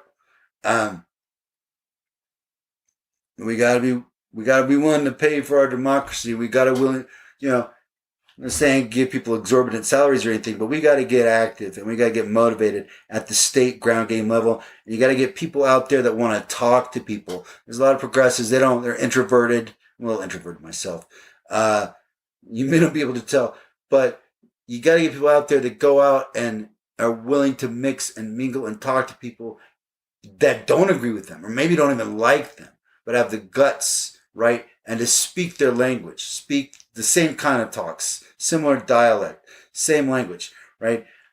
We got to get serious about this and being able to communicate I'm not talking about lying to people. I'm not talking about being fake, and I'm not talking about dumbing down people. I'm talking about learning someone's language culturally, right, and colloquially, understanding where they're coming from and speaking it to a way, being honest with them, but saying it in a way they understand, in a straightforward way that they understand, that they deem is respectful. So here, get ready, okay? All right, you're gonna like this one, or you're gonna hate it, probably both. The golden rule, right? That Jesus said, do unto others as you would have them do unto you, which is great, and it's held up, as like this good example of, just showing it's basically, treat people well, treat them with respect. You want to be treated with respect, so treat others with respect. But from a logical, rational standpoint, that statement that Jesus made, which conveys a very good concept and emotional message, from a logical standpoint, doesn't make any sense. Do unto others as you would have them to unto you. That's not necessarily the best answer all the time, right? Like, I may do unto you something that I would want that you don't. You may not want what's done unto you the way I want what's done unto me, right? But the basic idea behind that, right? Here's the thing: we all have to sort of make concessions when we speak. We can never totally be accurate with everything we say, right? There's always sort of assumptions and concessions we make when we talk, just to communicate basic ideas. And so that's what Jesus was doing back then. He was just saying, treat people with respect, right?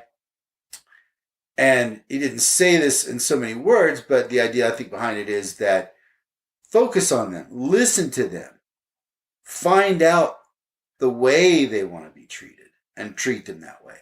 But that's just not as succinct, right? That's the thing. A succinct comment conveys a very clear, strong, memorable, emotional message that will stay with you forever. And the golden rule is great for that, right?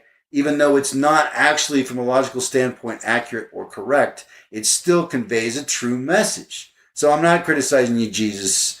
I think it's great, and I think it made a good point, and I think it's been a good thing for the most part for people to use, and conveyed the general idea. You want to treat people with respect, and you want to, in a way you treat people with respect in a way that you're focused on them, right?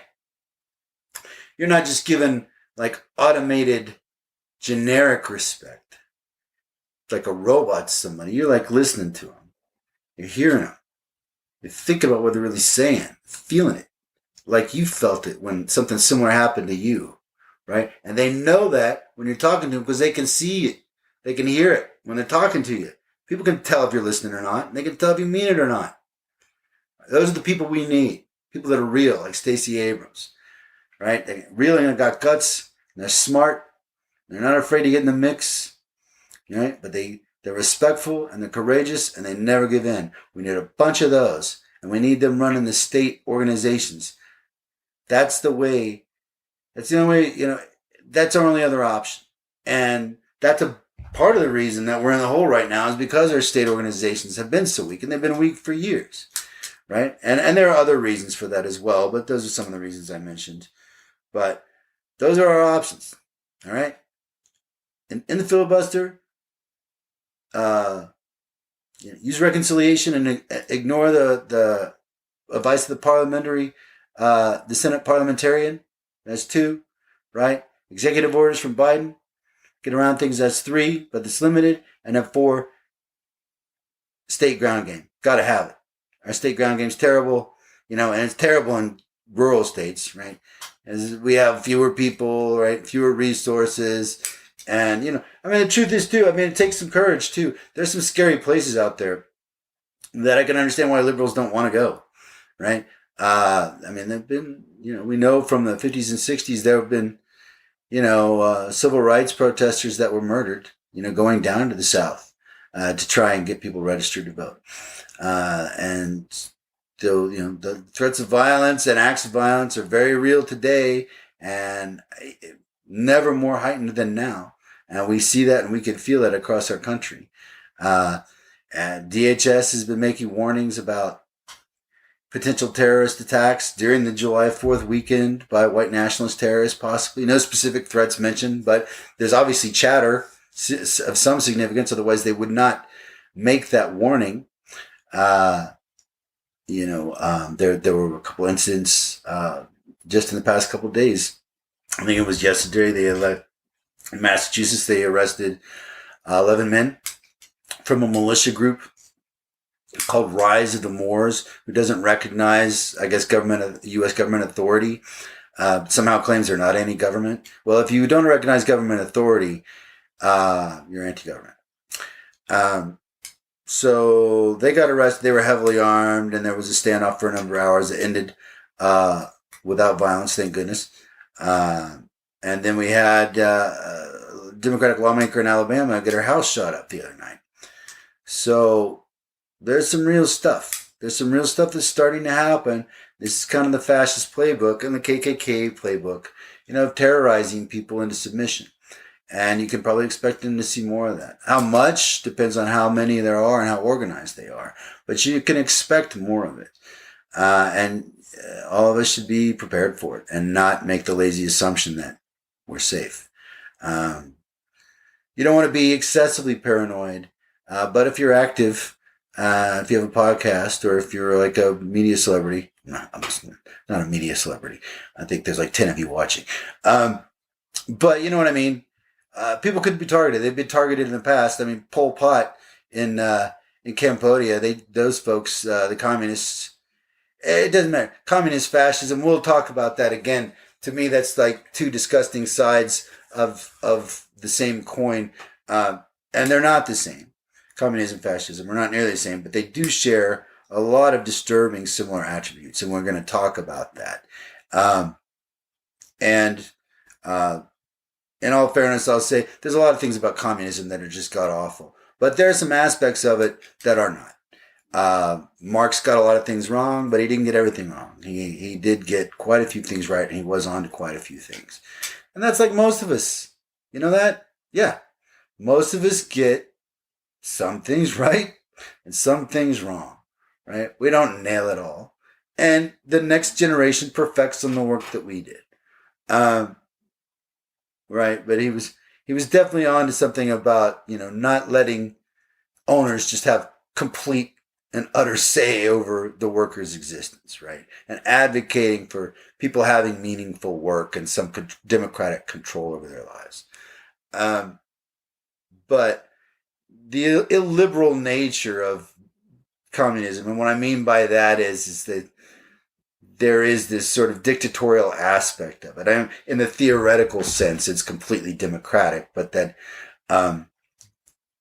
that would never be realized in reality, for one, and two, it's theoretically impossible. But and two, there's no protection in communism built in to protect the minority. The minority in communism gets rolled over hard with no protections, right? And it's the biggest problem, most obvious problem, is one of incentives, right? That it doesn't allow for appropriate incentives for someone that's a high achiever, right? Because we've all seen this, where there's like somebody who's a high achiever, and they're not gonna. Some people are motivated, like, not for pay, but most people are motivated by how they're compensated. And if you pay them less, they're going to do less. Now, there's a few lunatics out there, very few, that will deliver roughly the same quality. That's not absolutely true, because the less you pay someone, the less well off they are, the less resources they have in their life, and the less valued they are, and they know it because you're paying them less, right? Those have real impacts on the worker, right? If you treat someone well, and I'm not saying, you don't spoil them, but you treat them with respect and you give them enough to live off of and have a little money to spend, pay them reasonably according to the demands of the work and the demands of the market and the demands of life to survive, right? That you'll have a better worker for that. If you squeeze somebody, you're going to have a much more resentful, stressed out, tired, angry worker, right? Now, in the short term, that sounds good, right? If you're just like a profit and loss guy, and you're just like, oh, we just need to make money, man. I just need to get through this quarter, and I just need to hit our targets, or I won't make my bonus. I mean, how many times have you heard that from somebody? I just need to find some way to make these numbers work, right? And that's kind of our society. It's like, oh yeah, we'll give you that raise next year, and then next year it's like, oh, I wanted to, but then there was budget cuts, but I promise. Next year there will be a raise and a promotion, and then the next year they just lay you off. Sounds like something personal might have happened to someone. Who could I be speaking about? I don't know. Anyway, I could go on forever about Biden, and I need to shut up. But so the last thing I'll say about Reality Winner is, and I thank you in advance for sticking with me through this marathon rant session. Not as tightly, wrapped a package as I wanted tonight, but I hope it's of some value to you just the same. So Reality Winner got released June 2nd. She got released early. She was supposed to get released in November. She confessed to, basically violating her oath not to reveal government secrets. She was a former U.S. Air Force linguist who worked for the NSA for a few months, and then before she divulged the NSA secrets about the Russian effort to influence the election in 2016. She provided a public service by getting that information out there that had not been out there, had not been put out there yet. She didn't really give a chance for the government to put it out. Not that I think they would have, but literally the day it came out, she took it and smuggled it out and sent it to the Intercept. There was no effort on her part to use internal protocols, which may be nonsense and worthless anyway, but you have to follow them. That's the law, right? You agree to that as a term of condition for the job. The United States government is not going to hire anyone for a national security position, and they would be out of their minds to do so if they're going to just divulge those secrets. If you divulge government secrets, even if it's for a good reason, you should be punished for it. Now, she served a public good. Now, the prosecution claims she revealed sources' methods. It's not clear to me. There's disagreement on that, whether that's actually true. That's a claim the government makes a lot. Sometimes it's demonstrably true, sometimes it's not, because all the evidence is classified. You can't access it. You got to trust its FISA judge. Hopefully not a right-wing one, because then, Jesus, who knows? Sorry, took the Lord's name in vain. Anyway, so Reality performed a service, but she also performed a crime. And here's the crime. Right? She broke her oath to the government. But you're like saying, hey, wait a minute, though. She performed an important... She's a whistleblower. Yes, she's a whistleblower that did it the wrong way. Right? She's already said... She said herself she was wrong. She confessed and said that what she did was a betrayal of trust. Right? And she confessed. Right? And even though what she did was good, she did it for the wrong reasons. At least... Well, I won't say the wrong reasons necessarily, though from some of her testimony, it sounded like some of what was behind was more of an emotional, reaction to a lot of things that were going on with her life and the world, more than just a, well-reasoned, thoughtful, altruistic, noble response. Because it was that day the report came out and she just took it. And, she did a service by revealing that information. It was very, very important for the people to know. But one we don't know, it probably would not have come out. Probably. But literally, she gave the reporting process, the internal, reporting process for reporting issues or information that needs to be, addressed. As far as like some kind of vital information that's of a public nature that needs to be divulged. She should have gone through official channels. She didn't do that. Right? Now you got a lot of peace, justice, left-wing activists who I generally tend to be, in sync with, that feel that, following those protocols is nonsense. That if you do it, you follow those security protocols for reporting things, and say, well, I think this should be revealed, right? I think this should be released, and here's a formal request to do so, and you got to go through all these steps and procedures. That's not going to really lead to anything, right? That's something you do to feel good and feel like you're doing something, but ultimately it just goes nowhere. Legit criticism, I can't say they're wrong. I've known a lot of government people and a lot of corporate people, and I see how they work. And, it's not in any way out of the imagination to see an important issue of yours, an important concern, just get buried. But you know what? You signed the agreement. You made the agreement. You made a promise. You took an oath to the United States Constitution, right? And then you broke it. Now, she was sentenced to 5 years and 3 months. That was considered harsh by a lot of people. It was at the time the stiffest sentence for someone from the government leaking information to the media. So, she is a hero, but she's also a villain. And that's true for a lot of us, right? Sometimes what we do is a little good and bad, right? It's like the hero of the story is the villain to the enemy.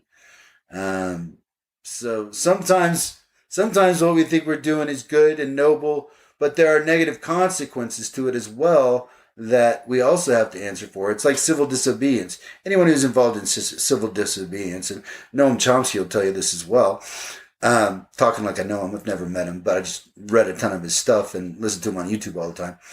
But they, like with Chomsky, he just expected and accepted that there was a really good chance he was going to go to jail for his civil disobedience, right? You kind of have to accept that going in, that you're going to take a hit. And I'm not saying like it. I'm not saying don't fight it, but that is part of the deal. If you disobey a law to make a point, you have to expect to be punished for that law. Now, I think they should have been more lenient, and I wish actually Biden would have commuted her sentence. I understand why he didn't. Again, probably political considerations. Dude's got a few things on his plate, and he probably just didn't want to make his, nightmare situation any worse than it already is by pardoning someone that, Fox News is going to say is a complete traitor and hates America. She's not a traitor, but she did divulge secrets to a media organization, and she violated the law. And there's plenty we can criticize about national security agreements and the way watchdogs or whistleblowers are treated, and the way watchdogs, inspectors general, how sometimes their powers are limited in their ability to rein in the abuses of intelligence agencies. There's a lot we can criticize about the intelligence community and the national security state and the military industrial complex, which I am all smoking suspicious of, right? But they're still necessary. You still need these killers and warriors and spies. Gotta have them, man. It's a dangerous world. Gotta have them. Yep. You can't protect the homeland. You can't find out your enemy's secrets. You cannot police your streets without warriors that are ready to go. Men or women. People that are willing to get as hard can be, that are willing to do whatever it takes to get a job done at great cost of themselves, right?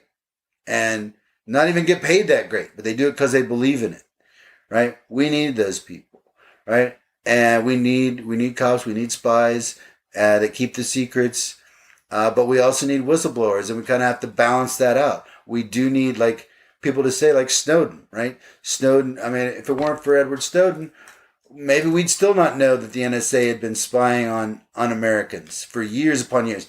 And the NSA had denied those. There had been concerns about the NSA spying on Americans for years, and they just denied it through their teeth.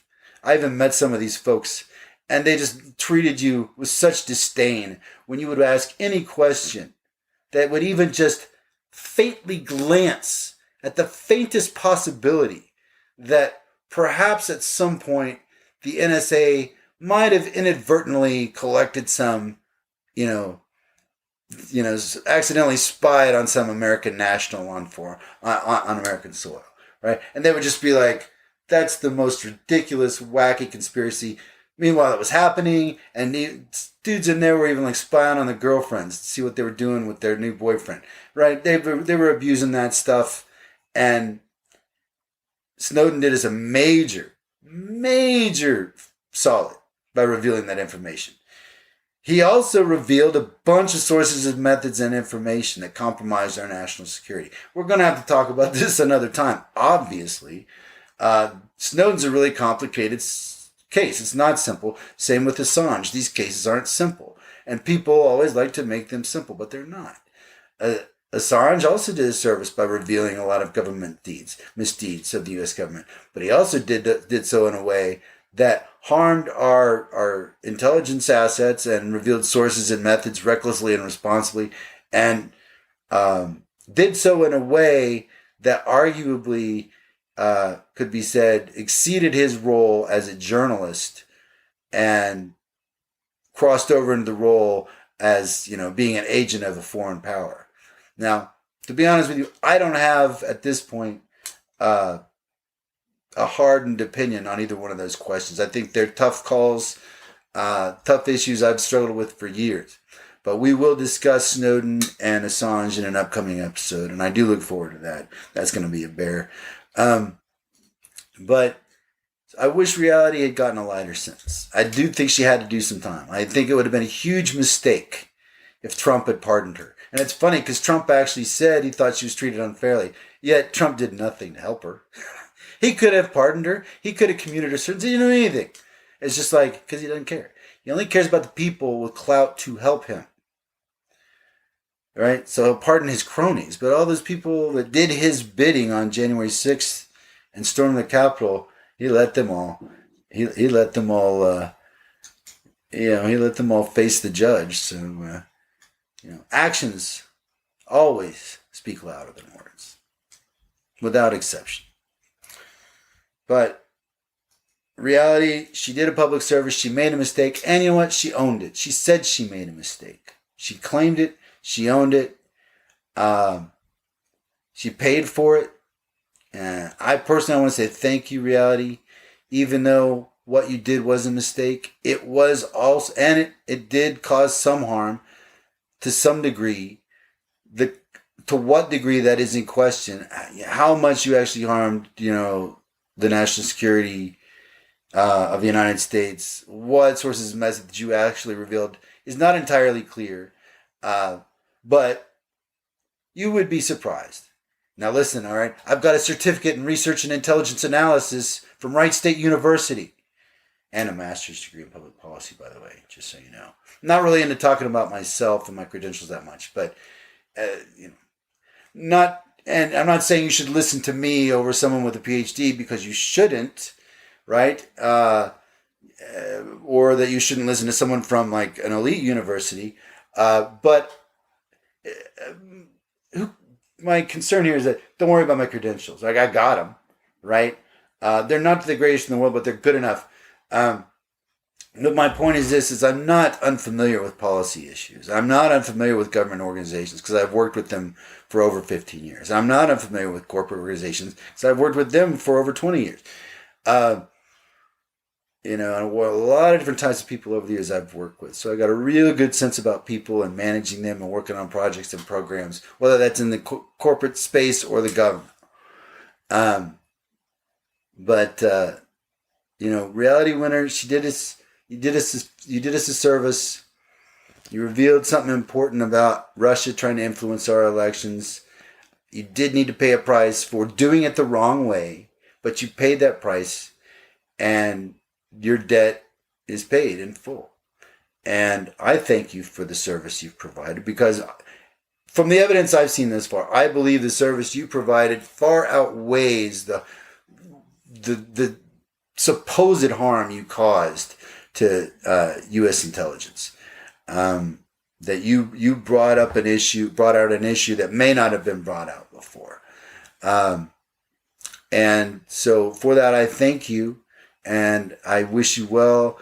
I know you've had some health problems. I don't believe anything major, but I know you got COVID, and I think you didn't have any symptoms, but I've heard from some reports that the time that you did spend was traumatic. So I hope that you're able to recover from that, and find peace within yourself and your family, and start over, and know that there's a lot of Americans that are grateful for what you did, and that in many ways we're better off than we were before. Not condoning revealing information the way you did, but you're young. You were only 29, I think, when you did it, or you're in your 20s. It's just a youthful mistake, and you had to pay for it, but it's paid, and I hope you move on to bigger and better things, and I'm sure you will. You're going to be a hero to a lot of people for a long time, and all heroes make mistakes. No heroes get it all right all the time. Sometimes you got to make a bold move and break a few eggs, and then pay the price for it after you do it. But you made a choice. You made a courageous choice. Some parts of it were good and bold and strong, and some were careless and thoughtless. But we honor the good and the bold and the strong, and the justice that's come from your work and your sacrifice. And we thank you for it. And we wish you well. We wish you honor, and we wish you peace, reality. And we thank you again. So that's it. This is not exactly how I meant for this episode to go, but I can't stand editing, so this is it. This is how it's going to go. I'm really glad I got to do this episode. I'm sorry that it's rambly, but stream of thought consciousness was kind of the way this is going to happen. Too much going on in my head, and with the breakdown, with all the different things going on, different causes and issues all sort of bleeding in together. And it's a crazy time for our country. And I just hope we all show each other respect, kindness, and compassion, regardless of our opinions or thoughts or ideas. And that we try to do our best to build on that. That's our hope. That's our hope for the future. But we need disciplined, sustained, urgent action on these matters. There's no hyperbole in saying like what we do now, right here in the United States, right, with preserving our freedoms, preserving our right to vote, all right, and passing climate change legislation, that if we don't get fascism under control, right, if we don't get climate change under control, that, the human race might not exist in another generation or two. It could happen that fast, literally. The climate change danger is that real. Our danger to freedom could be gone. If they overthrow the government, if they were able to successfully do it, I don't think theoretically they can. There's a possibility that it could be done. Very difficult, right? It's a relatively small percentage. It's a minority of people in this country that would support that, but enough that they're dangerous, right? And fortunately, they're, for the most part, wildly disorganized, but not always. Sometimes you get a smart one. Sometimes you get an organized group, right? Those are the real dangerous ones. The ones that know how to plan and coordinate and adapt. That's the scary stuff. The smart ones. The vicious and the smart. Right? The ones who have discipline and control. Those are the ones we have to look out for and be really worried about. And it's not just a bunch of good old boys, right? There are a lot of smart people, a lot of hardworking people that for one reason or another just lost their way. For one reason or another. Take your pick.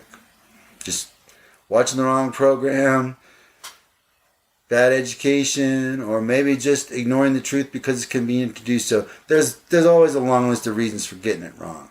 And I'm willing to forgive anybody.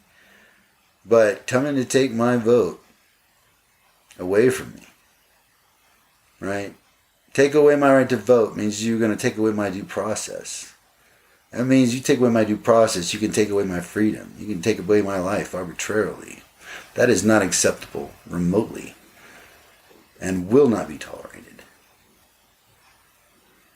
by the United States.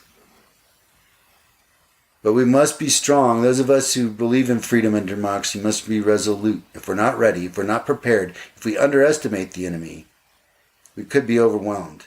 It was only about 30+% that actually supported Hitler. But that was enough. That was actually enough to bring him to power. Those who were against him were afraid to speak out. Right? A very disciplined, dangerous, determined, and brutal minority can overwhelm an unprepared majority. So we cannot afford to be unprepared.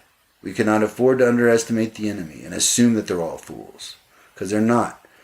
There are some very dangerous scoundrels that are very smart and disciplined and at work to undermine our country right now, and they would destroy us simply for their own gain. They would watch hundreds, thousands, even millions perish. Not necessarily take pleasure in it, necessarily, but they'd let it happen if it benefited them. They would just let it happen. And maybe not feel any ill will at all towards those people. Not feel a bit of anger or spite. Nothing against you at all, but you just got in their way, and so they just let you go.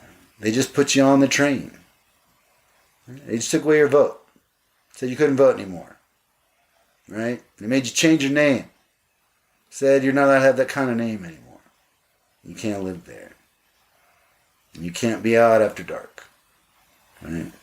That's how it happens. And it's starting already, and that's the world they want.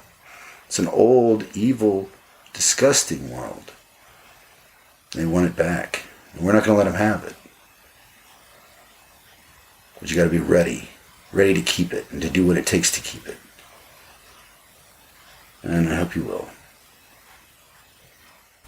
So, until then,